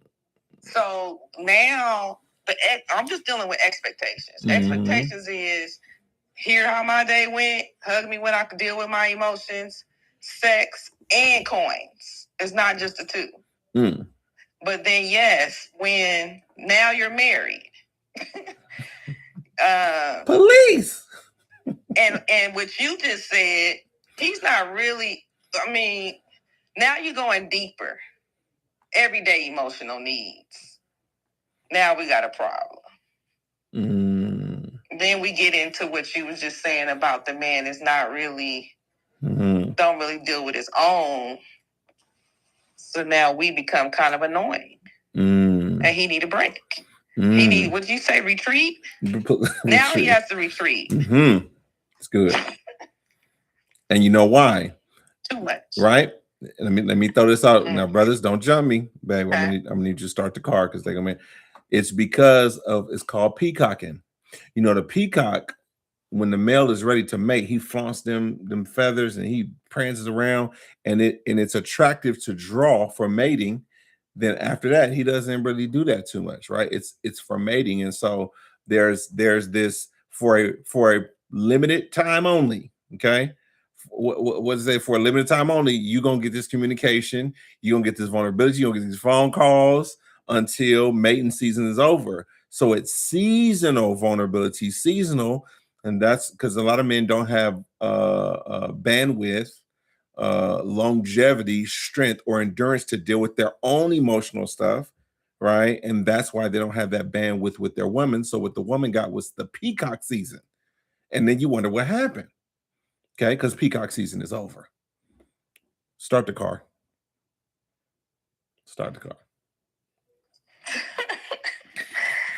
Well, and there you have it. Right? Mm-hmm. Yeah. It's for mating. Okay. And I don't know. I don't know what women do. For y'all, what y'all peacocking is, or what animal y'all do. But Our peacock is all, remember, it's all appearance. it turned into bonnet. Stuff is gonna look good, and then you get married, and you see the, what do you call the wig comes off. Ooh, stocking cap. We getting stocking cap. Terry cloth. Your fantasy is gone. The fantasy is fantasy is over. That's Cinderella. That's the Cinderella. We had Cinderella. It's over. The pumpkin is gone. Okay. She don't put the body magic on anymore. You got the stocking cap with the Rottweiler ponytail showing. You got the taupe stockings. It's ruined. I have a headache. My period started. Oh my God. You getting everything. Okay. So consistency and longevity. Okay. The peacock and the princess. That's what we call it. That's another right there. The peacock and the princess. Okay. Did you Cinderella me? You got me looking for your crystal slipper. Where you at? Okay. Okay. You got hit by a smooth minister. So that ends up happening. So a lot of the times when we're dating, we send out the representative. Okay. We send out the representative instead of the real us. And so the person falls in love with the representative, and then, we can't maintain the representative for so long, but we end up in a relationship. So then people have sex and create children with somebody who's like, I don't fell in love with a Disney princess and a peacock. And then that person is not the person that you made these commitment with. That's why you have to have proper vetting time. Okay, so write that word down, vet, VET, not as an animal practitioner, but right, to properly test. I'm interested in hearing Dr. Sadia. Thank you for joining us. Would you like to share? Could you share some of what your perspective and take is on this? Thank you for coming in, and happy 1 year anniversary on Clubhouse, I think, or it's another year for you. You've been on more than 1 year. Are you free to share, Dr. Sadia? Yes. Hey, how is everybody doing? Good to hear from everybody. So I wrote a lot of good things down that you have shared, and also, Prophetess Imani. I think, one of the things that I think everything that's like really been touched on so far is definitely like, spot on.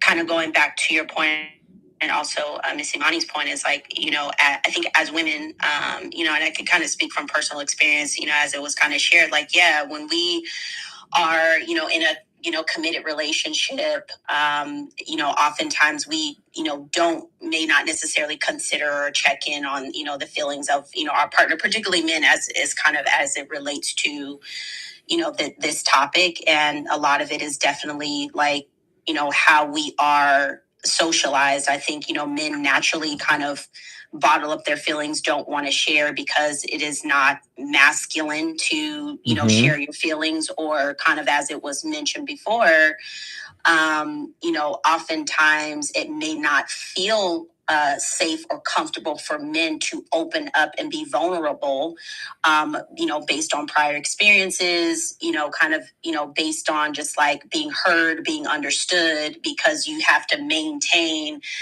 being strong. You have to maintain this sort of persona of being put together and presenting yourself as you have it all together and have it all figured out, when a lot of times what we do find and do experience is that there are a lot of men who are, suffering in silence internally. And because we are not using that term, as Prophetess Imani mentioned, about being intentional, whether we are wives, girlfriends, fiancés, or whatever, not being intentional about checking in on the people that we love and care about, because, we're so focused on, are you meeting my needs? Are you fulfilling my expectations? Mm-hmm. And that can happen a lot, where relationships can become imbalanced because, as women, I'm not speaking for everyone, I'm only speaking personally, we get so focused on, is our partner meeting our own needs and how we're being fulfilled, or maybe not so much. And, we kind of can get into these spaces where we're wanting to complain to our, significant others about like what they're not doing. And then we don't kind of take a moment to do a self-reflection of like, okay, well, how am I not meeting your needs, or what could I do differently as a wife or as a fiance or a girlfriend or things like that. If this is your destiny partner or something that, the Lord has kind of revealed to you, like, this is the person, I desire for you to be with. And so I think as, women, it's important that we are more observant of that and aware of that. Mhm. But something that another thing that you kind of also mentioned as well that was kind of very personal to me, kind of going back to your point, is when we are navigating relationships and marriage and kind of things like that. And this is kind of something that came up kind of pretty recently for me, is I think a lot of times when we think about relationships and the person we're in a relationship with, and when you talked about like sometimes men need space to kind of to themselves, or to kind of think things through and kind of execute and plan strategy and things like that. And something that was kind of coming up for me that I had to get myself in check about, and kind of like the Holy Spirit was dealing with me about, is not becoming critical just because our partner may handle situations or things differently from you. Mhm. And so that can be super important, because a lot of times when we are navigating different relationships, and someone may not approach a thing, or they may make decisions different than how maybe you in your mind thought, like, oh, it should happen this way, you should have done it this way. We can become very critical, and that can put someone on the defense. And especially when you're talking about being a committed relationship, that can also further drive a partner or your man away, or kind of cause him to retreat, or kind of withdrawing or isolating, as you kind of mentioned, because of that fear of being judged or being criticized. And so, for me, learning how he may function or how he may deal with things versus how I process things, it can be different, and it can create a level of kind of frustration, in a sense of, like, for example, like for me, before I make a decision, like I'm outweighing everything. I'm thinking about the pros and the cons. Like for me, I just don't make haste decision, right? I have to like really plan things out and think things through. What's the best case scenario? What's the worst case scenario? And so, with my fiance, it's a little bit different, where it's like he has an idea and it's like, okay, we're doing this.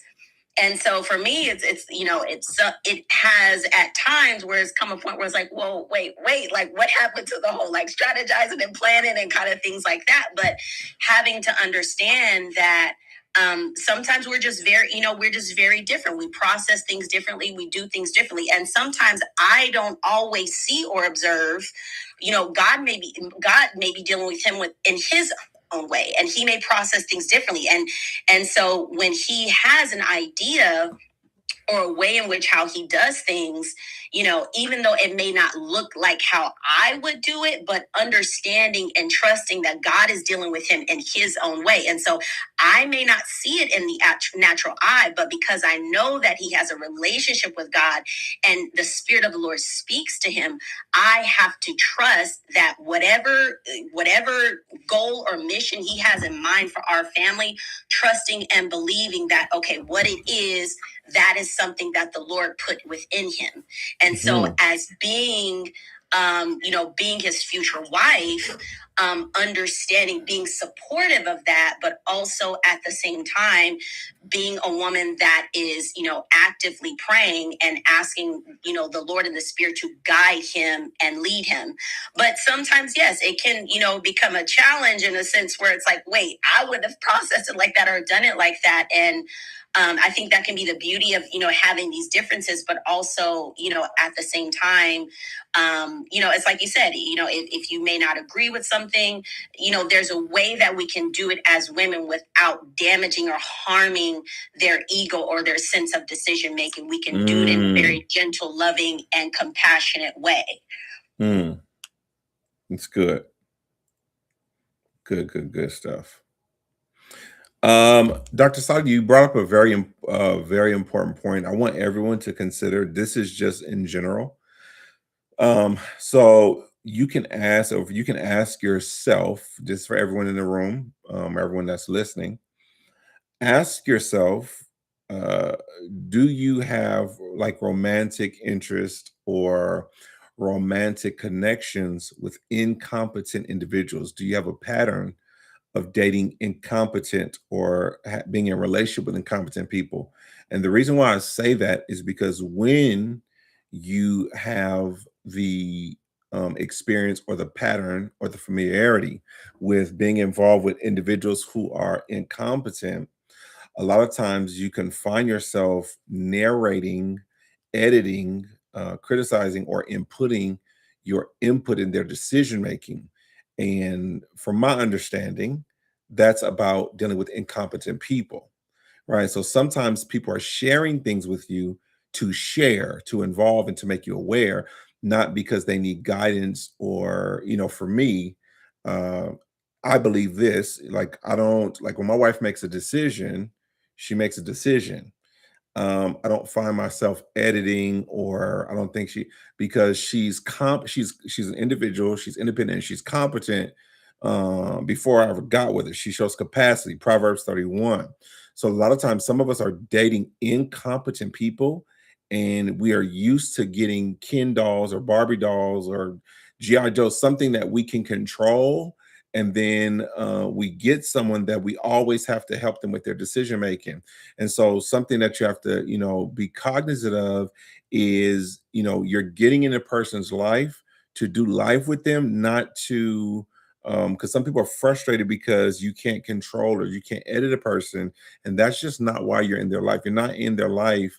When the Bible says that God will make a help me, I hear some of these men, and for me, it makes me want to vomit, but that's their doctrine. When I hear them talk about they get a woman and they lead their woman, it's like my woman don't make no decision without me. And I'm like, is this small wonder? Like for me, I'm like, that's not a woman that God sent to you, because that's a woman that's helping your ego for control. That's not your help me.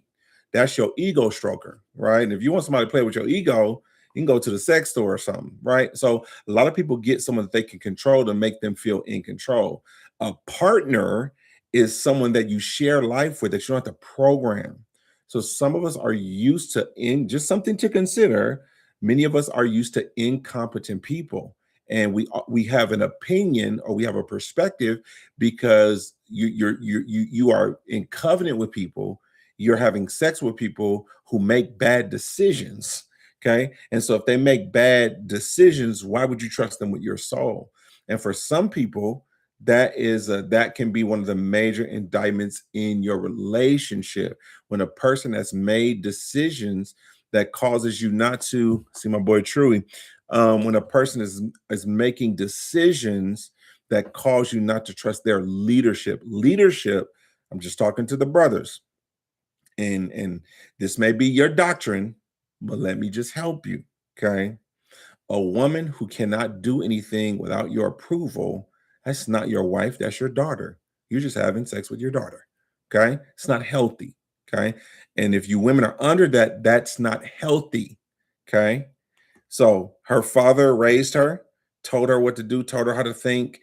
That's why she picked the type of man that you are. And you take the scripture out of context and you think that's why God gave you her, and her life is supposed to be spent around your every, she got to give up her vision, her education to stroke your ego.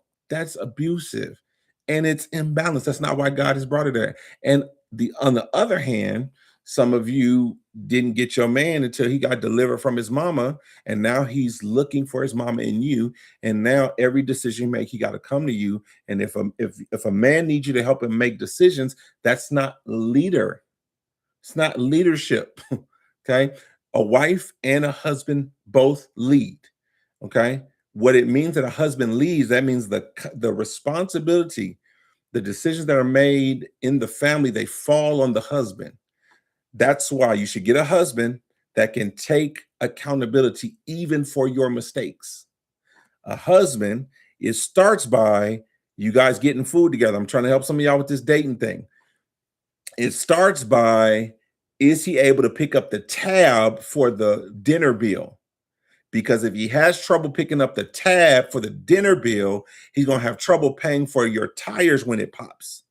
Yes, he's going to have trouble when you make a decision. Not saying that women all make bad decisions. He's going to have trouble, right? When a decision that you made costs him is going to show up because he's not going to feel responsible, right? For your decision. He's going to push you away from him instead of understanding that's his role as a husband is to absorb or ensure or stabilize. On the other hand, as a woman, right, your job is, if he makes a bad decision, is to some of you have a hard trouble. Let me help you. If he makes, you have a covenant. If he makes a bad decision, okay, that does not remove him from his role of husband or the covenant. Can you still honor him when he makes bad decisions? Can you pray for him? And can you honor him publicly and maybe have the hard conversation with him privately, pass his tantrum, so that you can keep honoring him? Both parties, male and female, have the responsibility to wash each other, even though the Bible says that the husband should wash his wife so that she can be what? Spotless before him. Okay. So what does that mean? That means washing her with the word. That means you have a conversation with her. Some men have a hard time, and the problem that you're having is washing with the word is the word must be communicated. Some of you think that every time your woman makes a mistake, it's time for class to be in session. That is not your student. That's your wife. Okay. It's bad doctrine. Sit down. Let me have class with you. No, you have a conversation that's seasoned with grace, and you give her the word of God. You communicate the word of God. The word becomes flesh. You communicate it in a way that she understands. And you let the Holy Spirit convict her. It's not your student. So some of you, you don't know, just vice versa. You don't know your role, and you need to shut your mouth. And with all due respect, some of you are dating your daughter, dating your student, you're dating your son, and you don't have a helpmeet. You don't have a husband. They're just glorified, magnified toys that you can control. And that's why it's not working, because you have them in a role.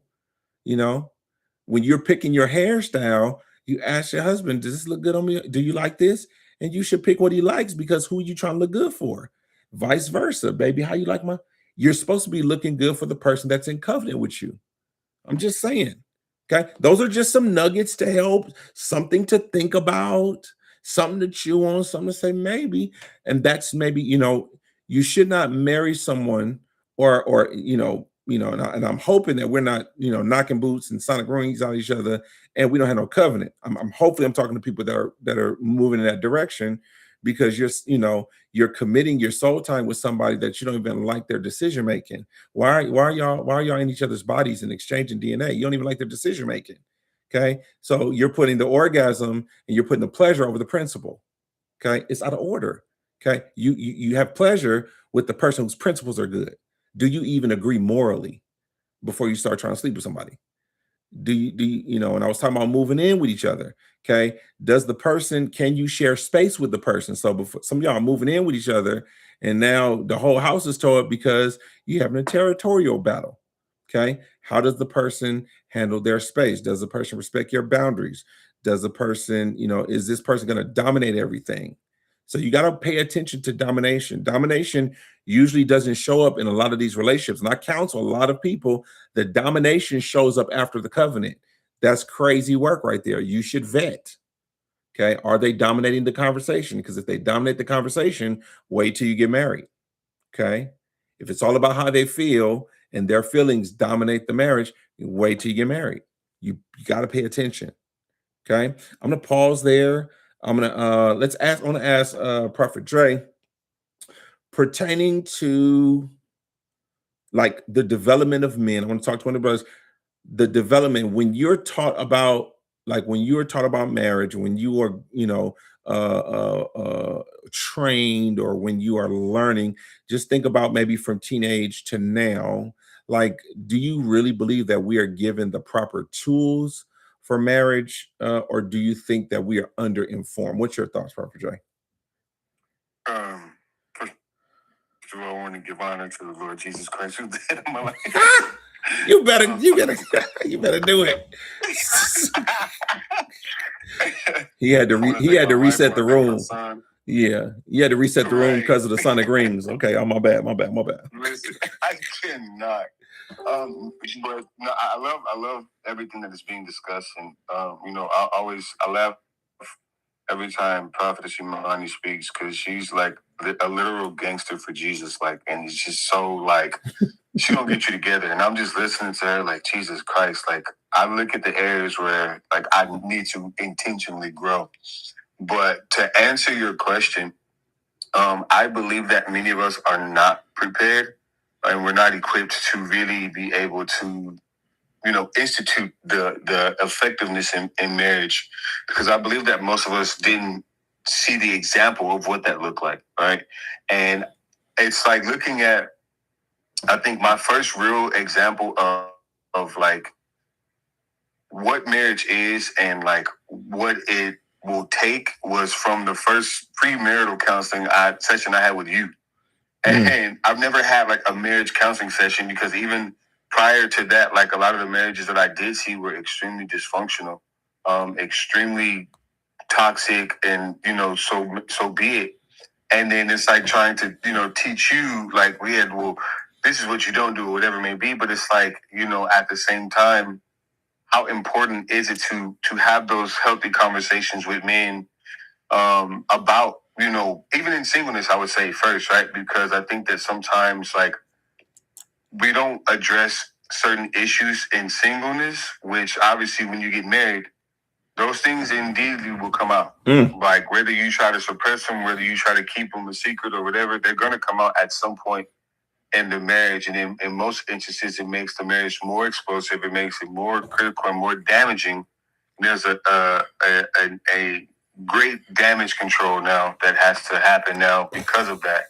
And so I think that a lot of times as men, we are not, especially men of color too. Most men, we don't talk about our problems. We just pass the trauma. You get what I'm saying? And then we end up, I think you mentioned it earlier, we end up having kids with people. And then, you know what I mean? And then we end up having kids with those people, with, whomever. And then what happens is you end up raising your children, whether it be a boy or girl, in unprocessed pain. Because what happens a lot of times is unprocessed pain becomes identity. So most men, or let me not say most, a lot of men live from what hurt them. And the other part of that is this isn't just men in the streets, it's just also men in the pulpits. It's just men in leadership roles and positions. And so oftentimes we don't open up to our women. We don't confide in them because most of us, the one that we were supposed to confide into or whatever, which is most of our moms, we didn't get that because most boys, especially boys of color, are taught oftentimes big boys don't cry, be strong. We're taught strength before we actually comprehend it.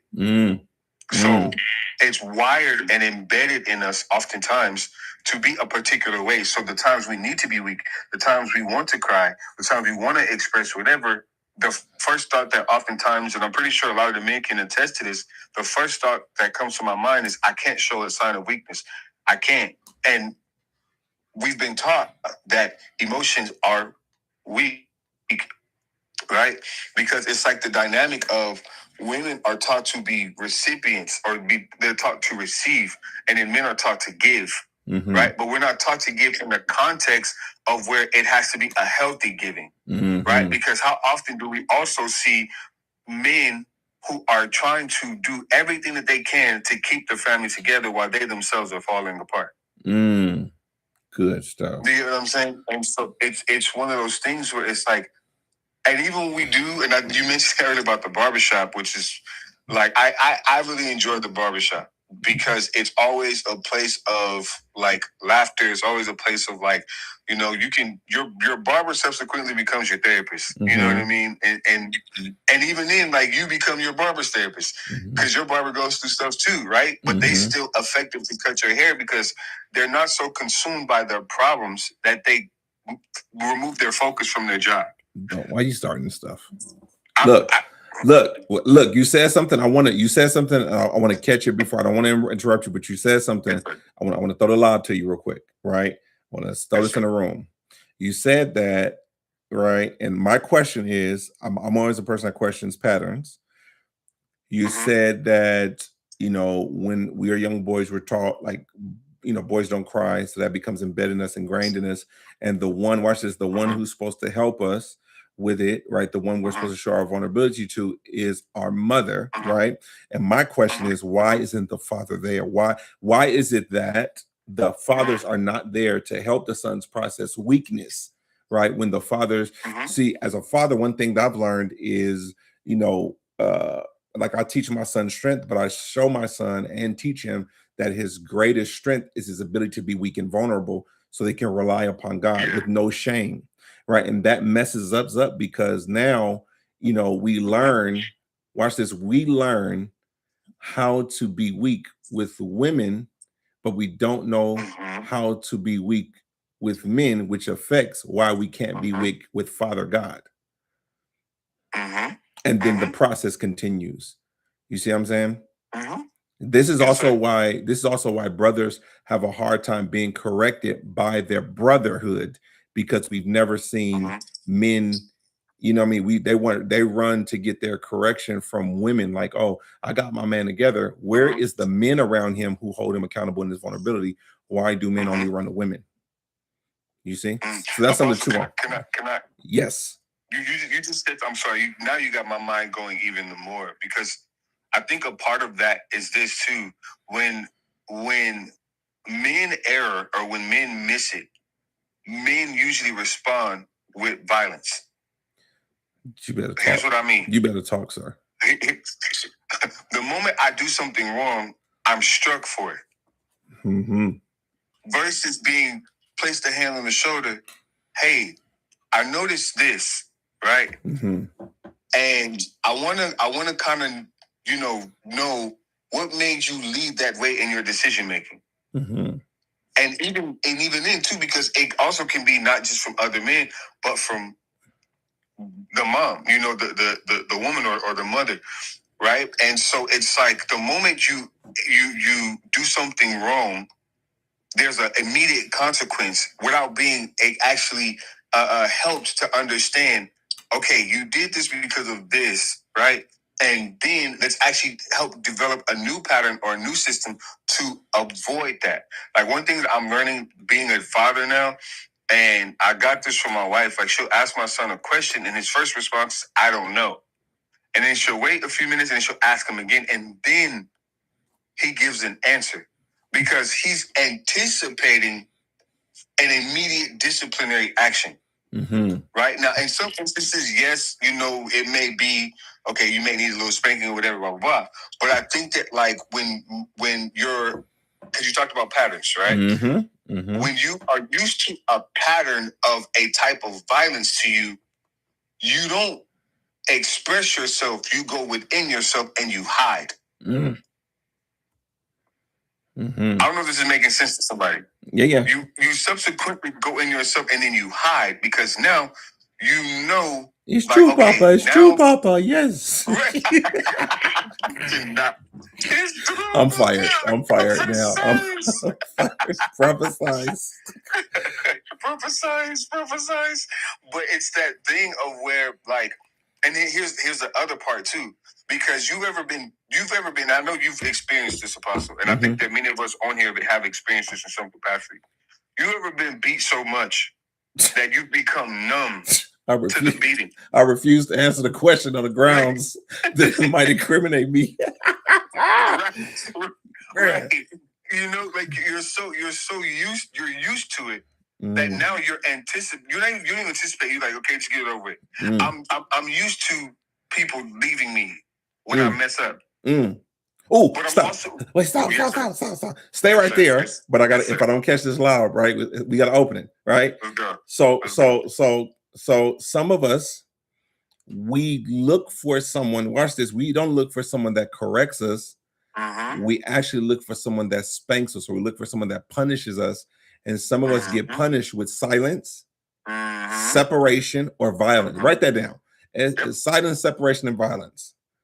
And that's the corrective measure. And then the makeup for it is sex. But it's still abusive. What men need is comprehension and understanding. Okay? Violence, separation, was it violence, separation, silence, still doesn't teach comprehension.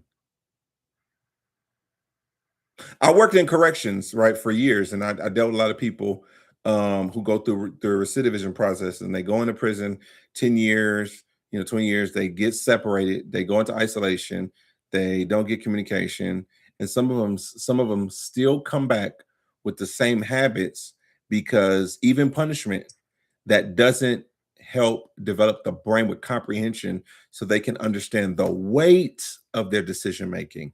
So what we need to do, especially in our culture, is to step outside of what I try to do as a parent is I have to step outside of, or even as a leader, and I had to disconnect myself from familiar patterns is I had to separate how I feel about the decision that somebody under my leadership made, right? That can be my son, my daughter, or someone I'm leading, right? Or at the job, right? We have to stop processing it emotionally and help the person understand how their decision making affects everything.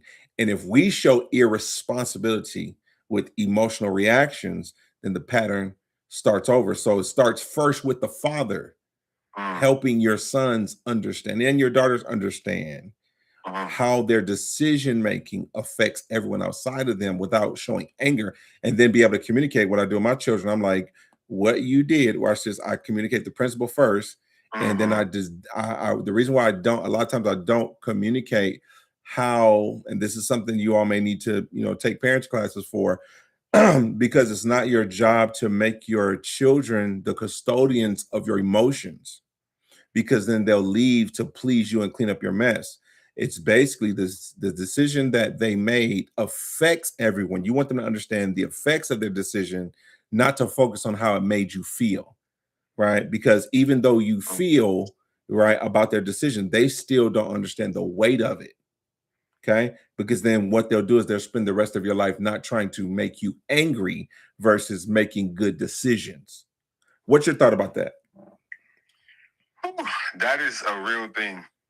And I'm as you were talking, I was just reliving my childhood and the wounds that has plagued not just that dynamic of mother to son, but son to everybody else. And it becomes this thing of where you're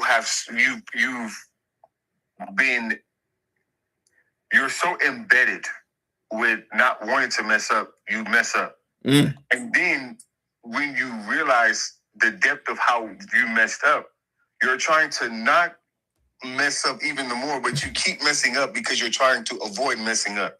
So it's like a continuum. And it's like as a word I want to use, but it's like a pattern, a never-ending tunnel that you're falling down, right? You're in a loop. You're in a literal loop, a literal cycle. And then it's like two dynamics with that, right? Because now you live from performance, right, with the wrong perspective. And because now you become so performative, right? And here's the thing, because the other part of that is most people who perform are people who are gifted and who are anointed. So they don't realize they're performing. They think this is just who I am because I have something that has kept me in this cycle. And if people can see what I can do, they won't see who I am or see where I've missed it and where I've erred. And so when someone does sees it and they don't know how to actually approach it, and they approach it with like in a custom that they're used to, right? So like imagine it's like this, right? You're teaching me how to cut. And I make the mistake and cut, the hairline too far back, right? And so, I want to make sure I'm explaining this the right way. Rather than you like, okay, let's pause right here, right? I've noticed you cut the edge or the right side too far back, right? And there are people who will, oh my God, you just cut the, you know what I'm saying? It's like, and now it's like, wow. So yes. No. So what's happening there? Remember how you talk about, we know you get in that loop of trying to correct yourself? Yes. What's happening is you're going through A3. Okay. And A3 is you're going through awkwardness. And the awkwardness is produced by anxiety. So your nervous system is shot. because of the mistake. You develop awkwardness, so you keep making the same mistake because you're feeling clumsy. So that's the awkwardness. And the last thing is your focus is appeasement. Bingo. Right. So what is it? Anxiety, awkwardness, and appeasement. And so that's why you get in that loop. Does that make sense? Yep. Continue. No, that's the thing right there, right? And so now you stay in that cycle because, and then here's the thing too, when you are a person who, I'm trying to say this the right way. Let me just say it wrong. There we go. Because I was going to say, you better say it. It's that thing of where now not only have you made the mistake, right, or made the mistakes, whatever it may be, you have now identified yourself as the things that you've done. So then the other part of that too is when someone quote unquote not even calls you out on it, right? When they call you by the name, excuse me, the label, sorry, not the label, but when they call you by the thing, right? You not only identify with it, or as it may be, you not only identify with it, now you become so you live it out unintentionally. It's like as a subconscious. I think it's subconscious. It's subconsciously in you now because it's like, what's the point of even attempting to go for anything more? Because this is more. This is all who I am. Especially when you're constantly reminded of that thing, right? Like think about it. When I graduate barber school, I finally made it. But then you and then the other guys are, hey, remember that time you cut that one? You know what I mean? So now, as you think that you made progress, now boom, that thing is now magnified again. Even though it's like a shot that's like playfully and joking, right? What happens is you still subconsciously are married to that thing, even though you've grown past it per se. I don't know if this is making sense. Makes perfect sense. Flow. Right? And so it's like, how do we, and this is a question to you or even Prophetess, or Dr. The good doctor who was cooking. Dr. Sadia. Dr. Sadia's up here. Whoosh and whooping, yeah. Yeah, her and Esty and Jesus, y'all are deep. But how do you, right? And I think for both of us, both, male and female, how do we individually heal from what we don't talk about, and how do we heal collectively so that the common goal can be reached collectively and individually? Because I think that there's a fight in a lot of relationships of independent healing, which aborts or forfeits the relationship aspect. Okay. Right. So how do we actually heal in a way that is conducive to growth individually and collectively? Like getting past okay, we may have done this individually or collectively, whatever, and then moving forward towards an end goal. Okay. So I'll throw something out there, right?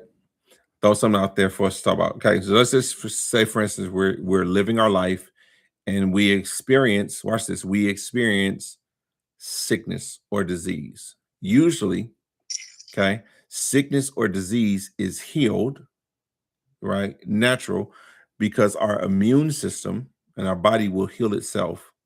It's usually through diet, right? So what we take in. Does that make sense? First part. If it's a disease or something to that effect, it's usually by diet.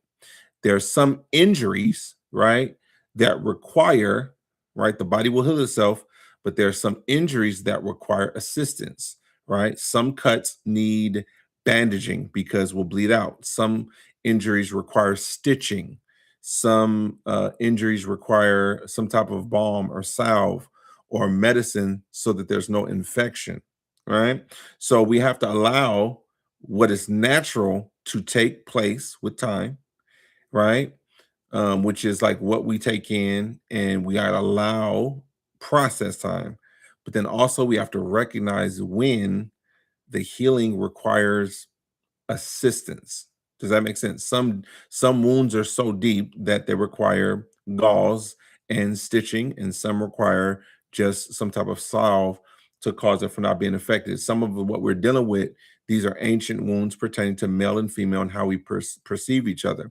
And what I was going to say earlier, for us to navigate through is to understand that a lot of times men don't have patience for women and women don't have patience for men. Starts with patience, then understanding. All right, I'll yield there. Prophet Esther, you have something? I saw some mic tapping. Yes. That was a great question, and that was a beautiful add-on. Can you hear me? Yep, we're here. Okay, perfect. The other thing that I want to add to that is the fact that sometimes healing is difficult to take place because people don't even have the words for what it is that is bothering them. They don't even know what it is. And then, because we have not fully delved into this point, but there are some wounds and some traumas that are in your blood that you're feeling that are not even yours because they've been passed through the womb. Police. And so... Police. Like, you're carrying... No. Don't start. Relax. She heard me yell police. She heard me say police. Right. Help! Police, help! Woo! And so, I think for me, I know that the creative aspect and art and different things have come in play, making me able to You breaking up. No. And then you gotta go back. You gotta go back. You gotta go back. You breaking up. Can you hear me? There we go. Is that better? Turn the microwave off. The microwave was messing up your reception. Stay wherever you are. Don't move from that place. Stay with it, Bishop. I was about to get out the car, but I'll wait. What's the last thing you heard me say? What was the last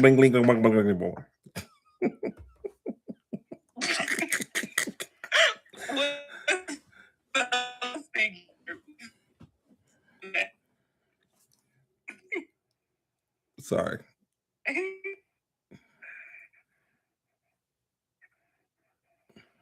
Start over.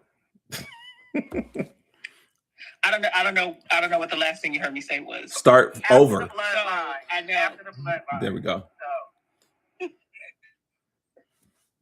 So, like, passed down from the womb and through the sperm, that you're carrying things, wounds that are not even yours. Mm-hmm. I'll give you an example. I was reading, I think it was the Body Keep Score. I was reading. This girl was in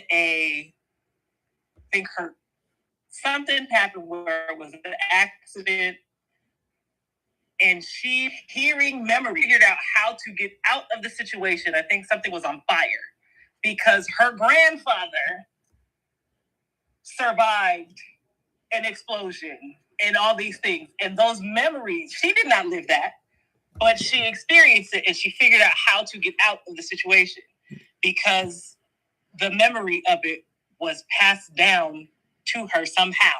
Okay? Like, there are things, and there's some research out there that backs it, the womb and the wombs, like, the things get passed through the womb. Mm-hmm. And we have to learn how to differentiate and begin to process through these things. Because a lot of things we may be carrying, it's not even our stuff.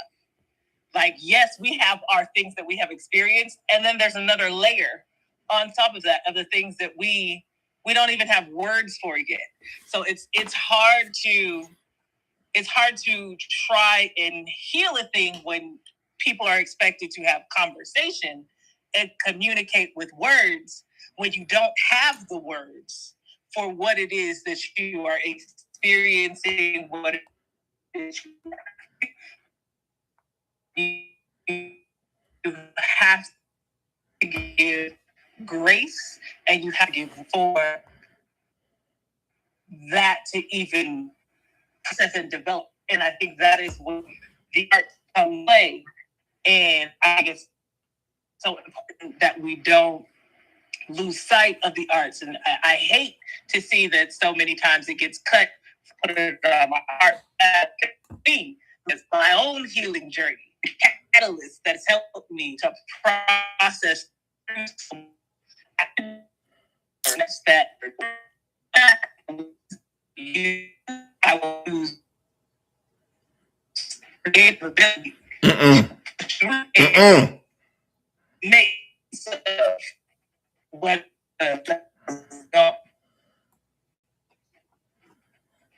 this year did it come through. You back in the matrix. You back your bandwidth. Your bandwidth can't even handle the conversation. It's getting too extreme. Your bandwidth is bandwidthing. It's surrendering.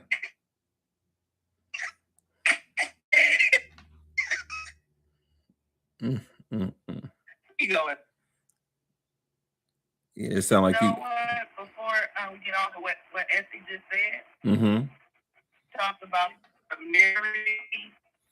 You're doing the same thing. You're doing the same thing. Bloodline. Oh, you got to be kidding me. Okay. My God. You got to be kidding me. Yep, it's doing the same thing. Okay. Let me see. Come off the mic again and test it.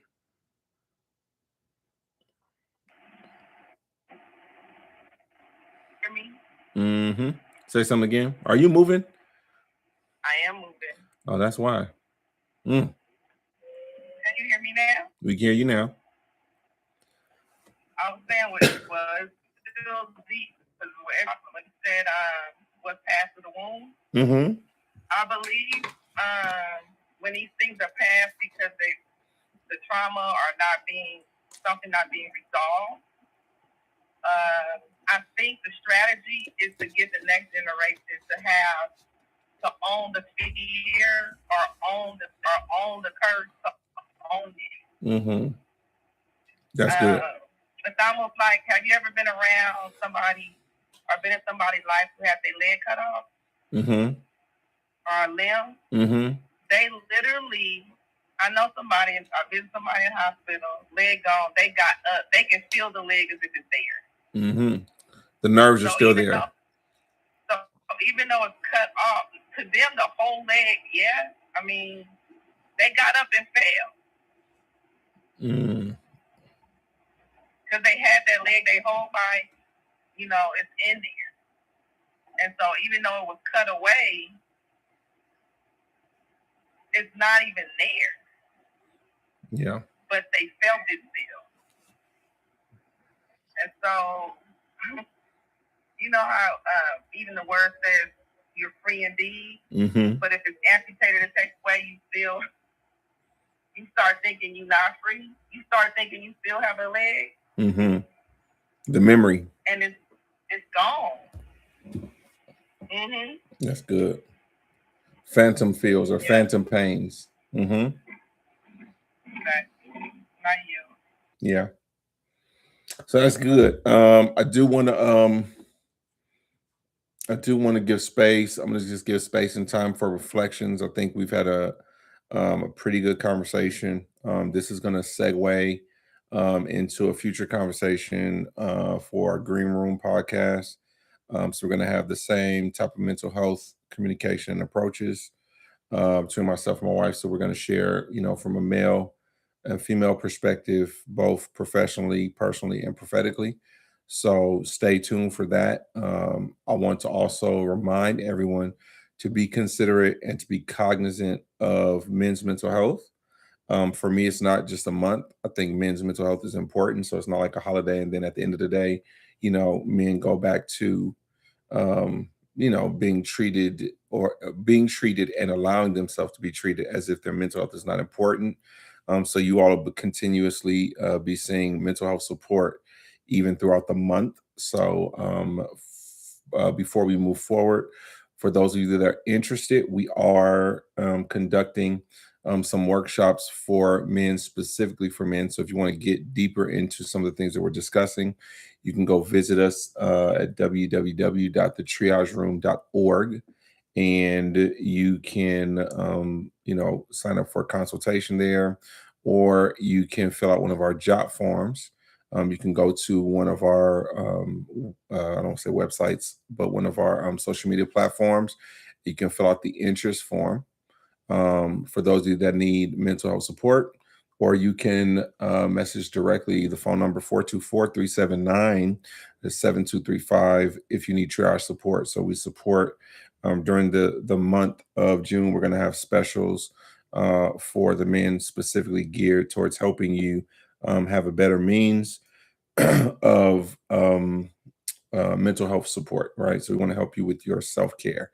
If you would like to, you can reach out to us and we'll help you there, brothers.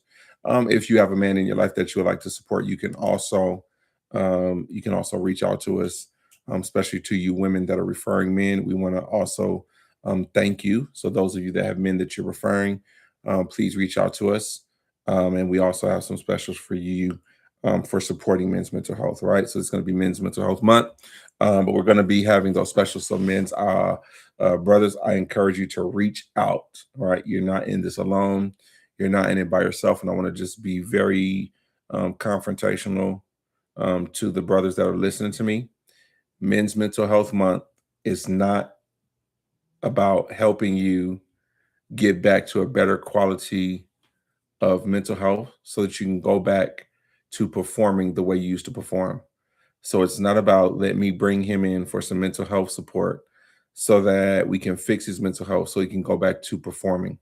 It's about also analyzing and assessing that the way he was performing was not healthy to begin with and making the proper adjustments, right? We're not fixing his mental health so he can continue to perform. I'm going to say it again for the people in the back. We are not fixing men's mental health so men can go back to performing. We're dealing with mental health so that men can enjoy the abundant life that is due to them. Okay. It's about quality of life, not quality of performance. Separate the man from the performance that you need from him and allow him to exist. Okay. And allow him to heal, allow him to recover, allow him to recuperate, allow him to reset, allow him to, readjust, give him some time, patience for all. And just like we give the time for the women, the same things apply. We're not bringing a woman in for mental health so she can go back to performing. We have to look at the system that broke or the system that affects the mental health. So it's not just about treatment or it's not just about education or empowerment without assessing deliverance. Okay, is not all about spiritual, it's also about environment. Some of you, your deliverance will come from, okay, your deliverance and healing will come from removing yourself from systems, environments, and cultures that are not good for your mental health. And stop, some of you need to stop staying for the sake of forces. Stop staying to prove that you're loyal, because you're not loyal. Hear me. People ain't gonna like this, and I don't care. Some of you are staying in a toxic situation to prove your loyalty, but you're not being loyal to yourself. So how valuable is that loyalty? Okay. Stop being loyal to things that don't serve you. It doesn't serve you. It doesn't help you. It's damaging to you. And you're being loyal to a system, okay, that's never going to give you the reward that you're even seeking. Okay. You have to start by first being faithful and loyal to God and faithful and loyal to yourself. All right. Thumbs up if y'all are hearing. I want to give time and space for Lorinda, if you could share some of your takeaways and kind of go around the room before we close and kind of hear everyone's takeaway. I'm going to put some of the information up for those of you that are interested in support. Please reach out. Lorinda, takeaways, something that's sticking with you.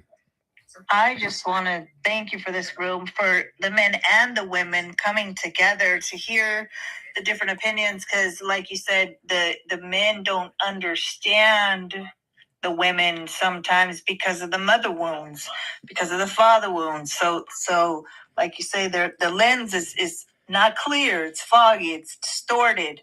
So by just being able to express and be vulnerable and to allow the men and the women to come together to share, and just the healing process that everybody has gone through in this room, and myself has gone through in this room. Now my husband is seeing how broken I really was. He never understood how broken I was, and I didn't even understand I was broken, because that was my normal. That dysfunction, the alcohol, the drugs, whatever, all that was my normal. Mm-hmm. And so when that is your normal, you accept anything that comes along with it. And so now that I'm seeing clear, I understand things clear, and God says no. So now I'm being more bold and talking to my husband. And now he just told me, now I understand and I see how broken you were. And now I see how broken I am.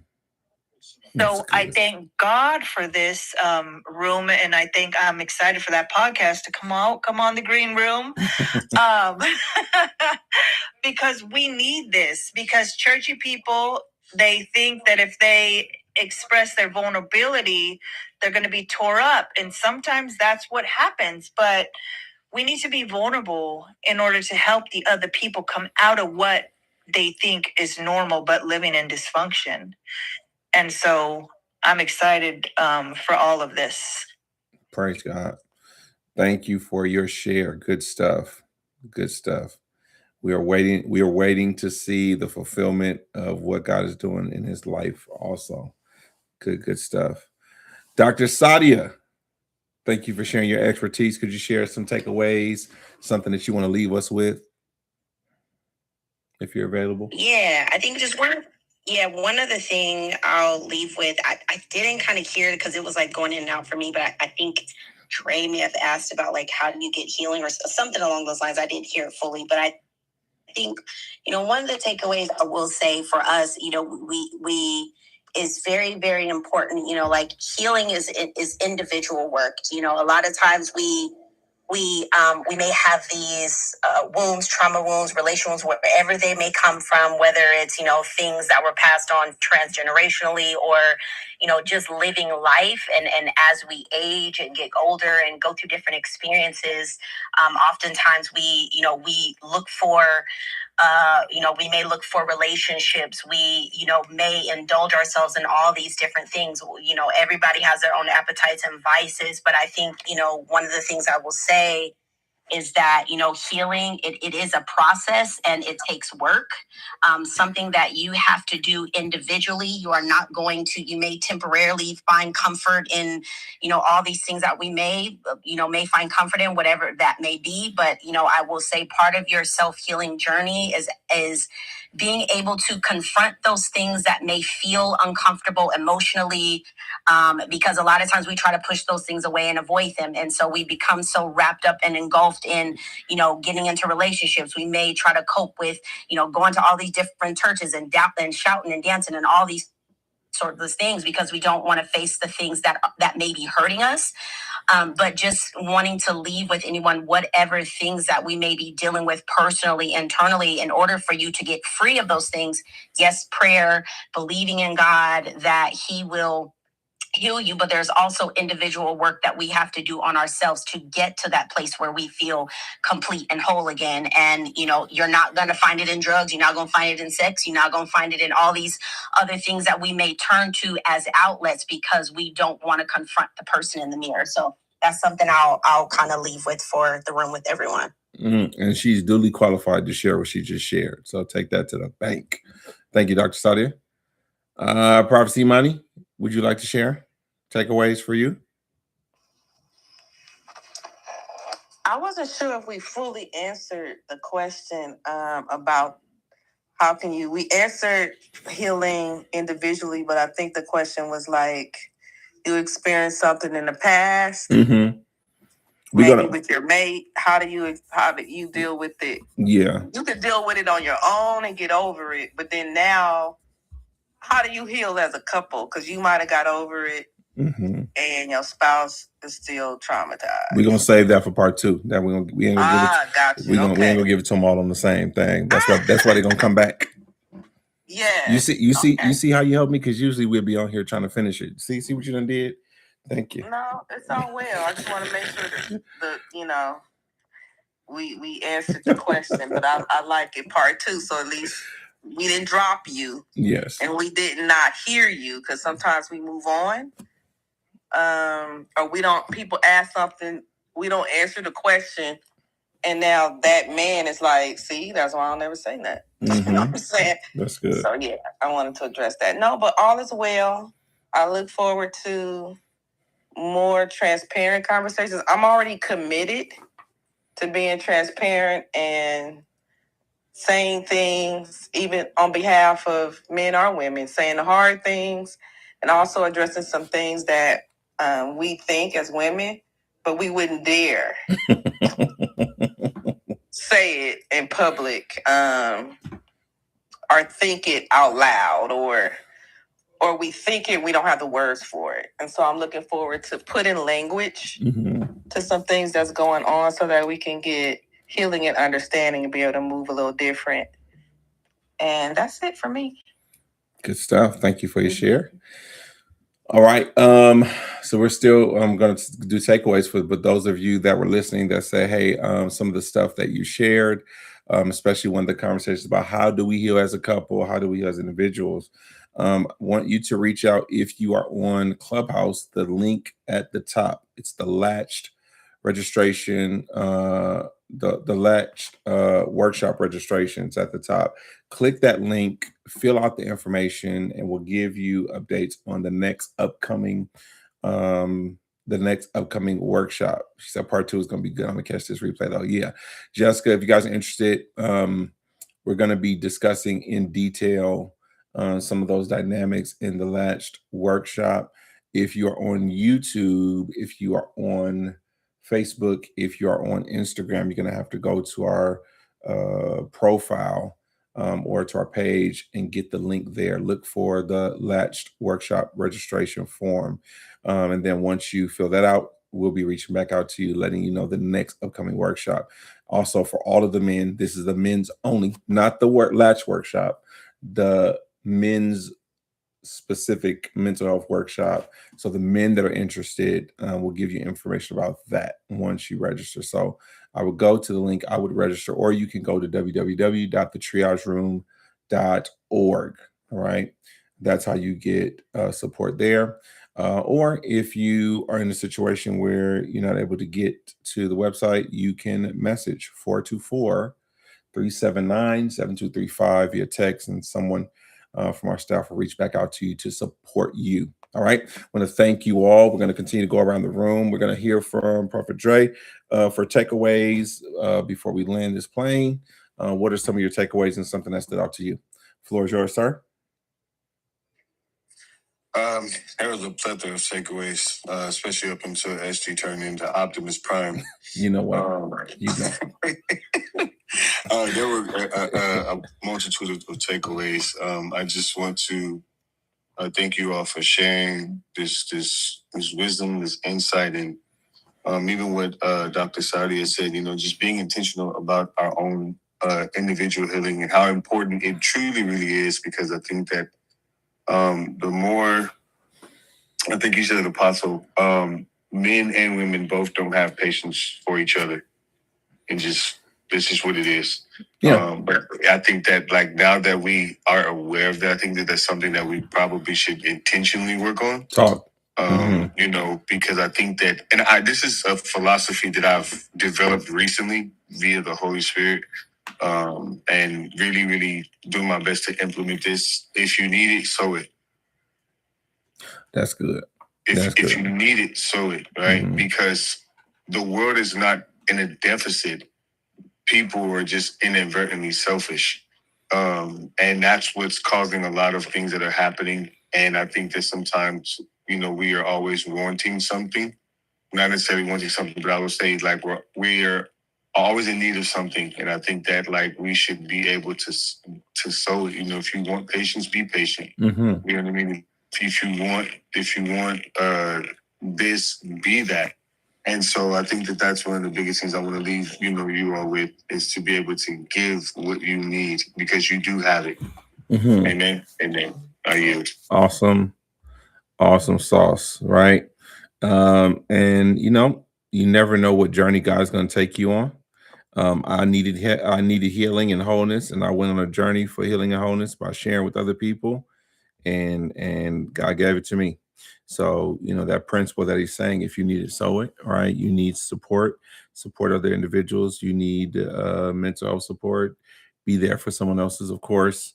Make sure that you refer people to the qualified individuals, right? People who are duly called, or licensed or credentialed. You don't want to take the place of someone who is professionally trained. All right, want to make sure that we're doing things with proper ethics. All right, so I want to thank you for your share. Let's see, Prophet BJ, any takeaways for you? Yeah, this is a good conversation, extremely necessary and needed. It was something that was talked about earlier, and it was about like the perspective like of males and like the grooming and teaching, and that what was like visually brought to my eyes. I don't know if anybody's being aware, or if you actually like have kind of lived. There's a lot of like college football players and stuff, and basketball players that are actually like real gung ho, like devoted to the Lord. And when we were talking earlier about like correction, but with grace and teaching, it started to click. And what I saw is like when you're around like a great coach or a coach that understands, there's mistakes that are going to be made on the field, and there's mistakes that's going to be made on the court. You're going to make mistakes in all things in life. And I think that's why men kind of gravitate towards sports, because you can make mistakes and somebody is willing to teach you. Usually a coach that's not so good, he's not willing, or he'll yelling, screaming. But the new coaching style has been made effective and has been effective now, why so many young people are coming to the Lord, is because there's a grace in the midst of a mistake that's made. There's a grace to teach, to reshape, to reform, to get a person to where it's supposed to be. And it's starting to resonate with men, and it's actually starting to resonate to the gospel. And that's kind of like how like we're like the tying in, like we have to think about all things like a coach. A coach understands there are certain things that they process and understand that their player may not understand. So they can scream at the player, but the player has not yet processed all that he needs to. There's a grooming process, and there's a molding process, and there's a shaping process that goes on in the midst of all of it. And eventually, when the person develops and they mature to the place, now they're able to run with what was given. And this is where, like we were talking about generational patterns that set themselves up, and they pass through bloodlines, and they set patterns that you may not be aware of, that you may be, mentally, emotionally, you may be trying to overcome and fix. And like knowing that, having that grace to process through those things, it gives you the ability to learn. And I'm going to show you, like, even how, like, the first coach that ever existed in the earth realm was God himself. When he came to Adam and Eve, they had fallen, God came to them to speak to them, not too much to address what was going on, but to show them where they erred in their ways, to talk to them. That's why he did not bring judgment on them, but there were consequences for them to reshape them and mold them so they can understand. That's when he said that man became like us, knowing both good and evil. That was not processed until Adam and Eve actually fell. because God was going to coach them through the fall by grace so that they can be conformed to the way that God processes and thinks things. And it's the same way we have to think of ourselves as parents. We are coaches.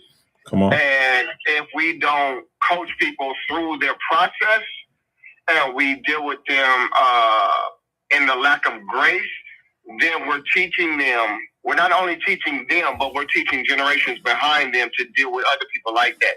And it may be, as a leader, I would say it may be your child that ends up in that person's line that needs to learn something. And you taught that person in patience, in correction, and now they correct your child in a more harsh way, and you're not able to, you like, how can they even do this? But it's sometimes we don't process and understand. And the scripture always says, judge not lest you be judged, because you yourself will judge. You practice the same lawlessness. And I believe that a lot of us, we practice lawlessness because we are blinded by things that we may be producing or doing that that does not suit or beneficial for the kingdom. And I just, from that perspective, like we were talking about that grace and mercy, it is so essential for us to really grab hold of that, knowing that every person that is in the world, if they was already perfect, there would be no need for them to be here. But you're dealing with imperfect people always. But your imperfections may be something that they're perfect at, and where you're perfect at, they may be imperfecting or imperfect. They may have imperfections. But if you come together, the only way that they can reach where they need to is if you teach them. It takes, you reach one to teach one. Mm-hmm. If you're not willing to reach somebody, how can they ever be taught? And that's like what I got from the whole thing. Like, it's gonna take grace and mercy for us to actually go where we need to, and that's the process of healing. I believe that we're all in need of, and I yield right there. Good stuff. Good stuff. Good stuff. Good stuff. Being willing to reach someone so that you can teach them. That's good. That coaching approach is very good, because once that relationship is developed with that coach, then the person can take the coach yelling at them because they understand its passion towards my potential and future and destiny, and not anger. It's passion.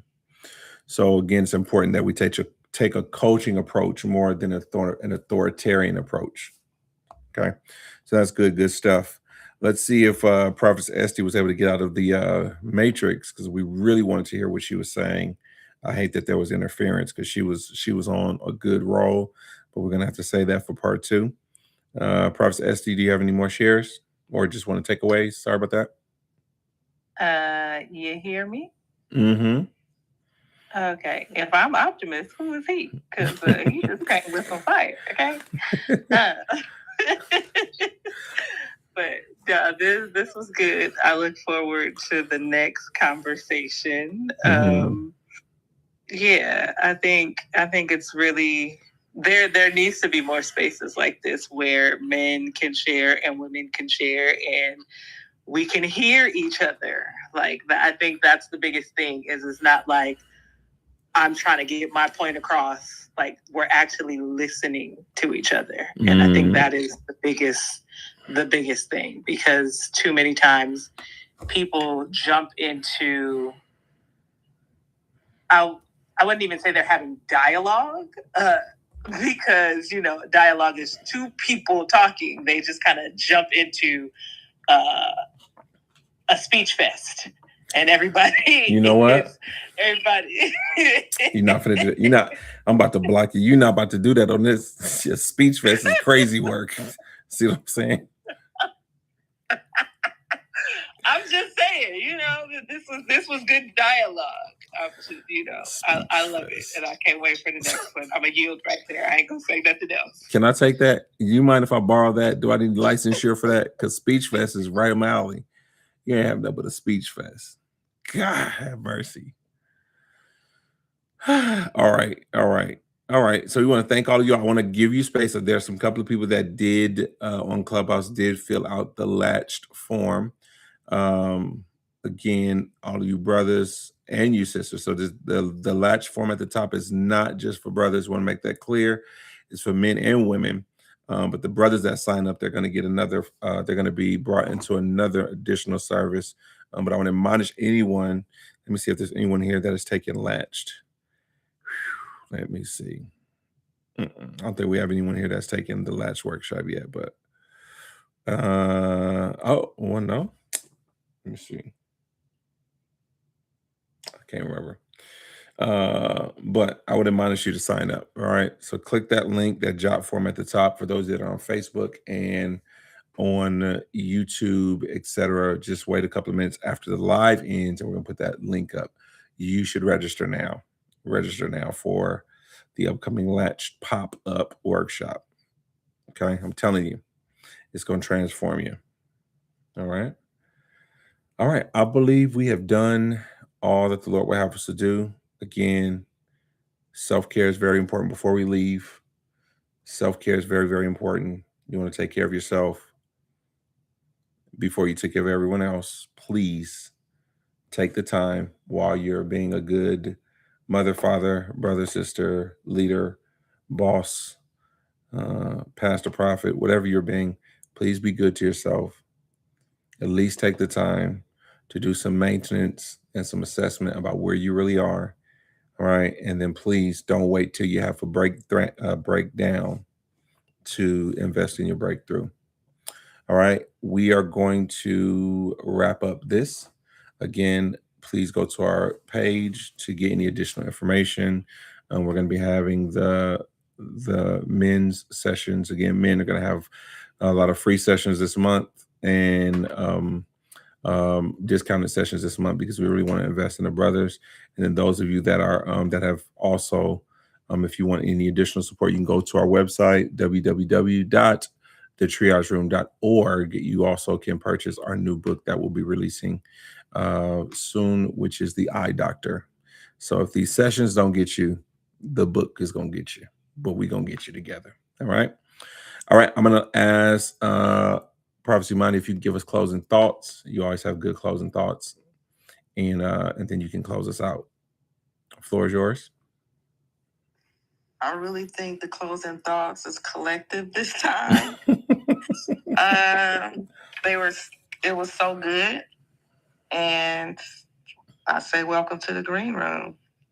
Okay. All right. Yeah. And I look forward to Latch is definitely excellent. And after Latch is a session for just the men. So it's just good. It's healing. Ooh. And it's groundbreaking. It's not something you can get. Okay. I heard you got a light went off. What? Yeah. Because I've been sitting here. Pat Joe is in up here. Number one from the Latch. Pat, can you come up? Pat Joe. Hold on. Because Pat Joe she was the number one person, the first person ever signed up for Latch and took the Latch. Pat, if you can go out and come back in, because we want to hear from Pat. Pat ain't playing. Pat is not playing with nobody. I want to hear from Pat. Hold on 1 second before we close. So Pat can give you all an understanding what that latch is, what that latch life like. Let me see. You gotta go out and come back. Yeah, it's not letting her. Let me text her. Pat. Because no one else. Let me see. No one else. Like Christine got an upcoming one.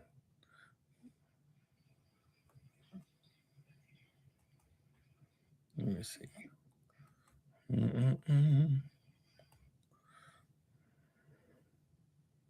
1 second.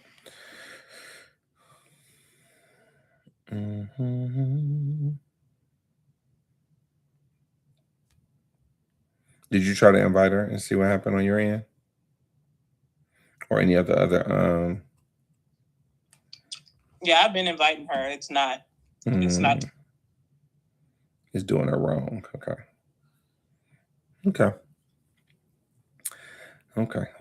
We'll wait just a couple of more seconds and then we just may have to wait and move forward. Okay.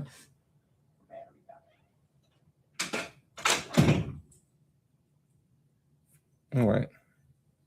Well, you guys will see Pat Joe's testimony online. All right. So we're going to let the room close. Thank you all for your contributions. Thank you all for your presence support. Again, if you need support, www.thetriageroom.org. You can get our new book, The Eye Doctor, which is dropping soon. And if you are interested in going through our relationship overhaul framework, the Latched workshop, you can inbox us. There are some people that were asking for prayer. We're going to close the room, but you can inbox us as always if you need prayer. And if you need expedited service, you can text 424-379-7235. All right. God bless you all and God keep you is our prayer. We're closing this room in 5. Uh-oh. Let me see. Hold on. I'm trying to do the countdown, but I can't find the arrow. Okay. In 5, in 4, in 3, in 2. Esty, cut it out. And 1.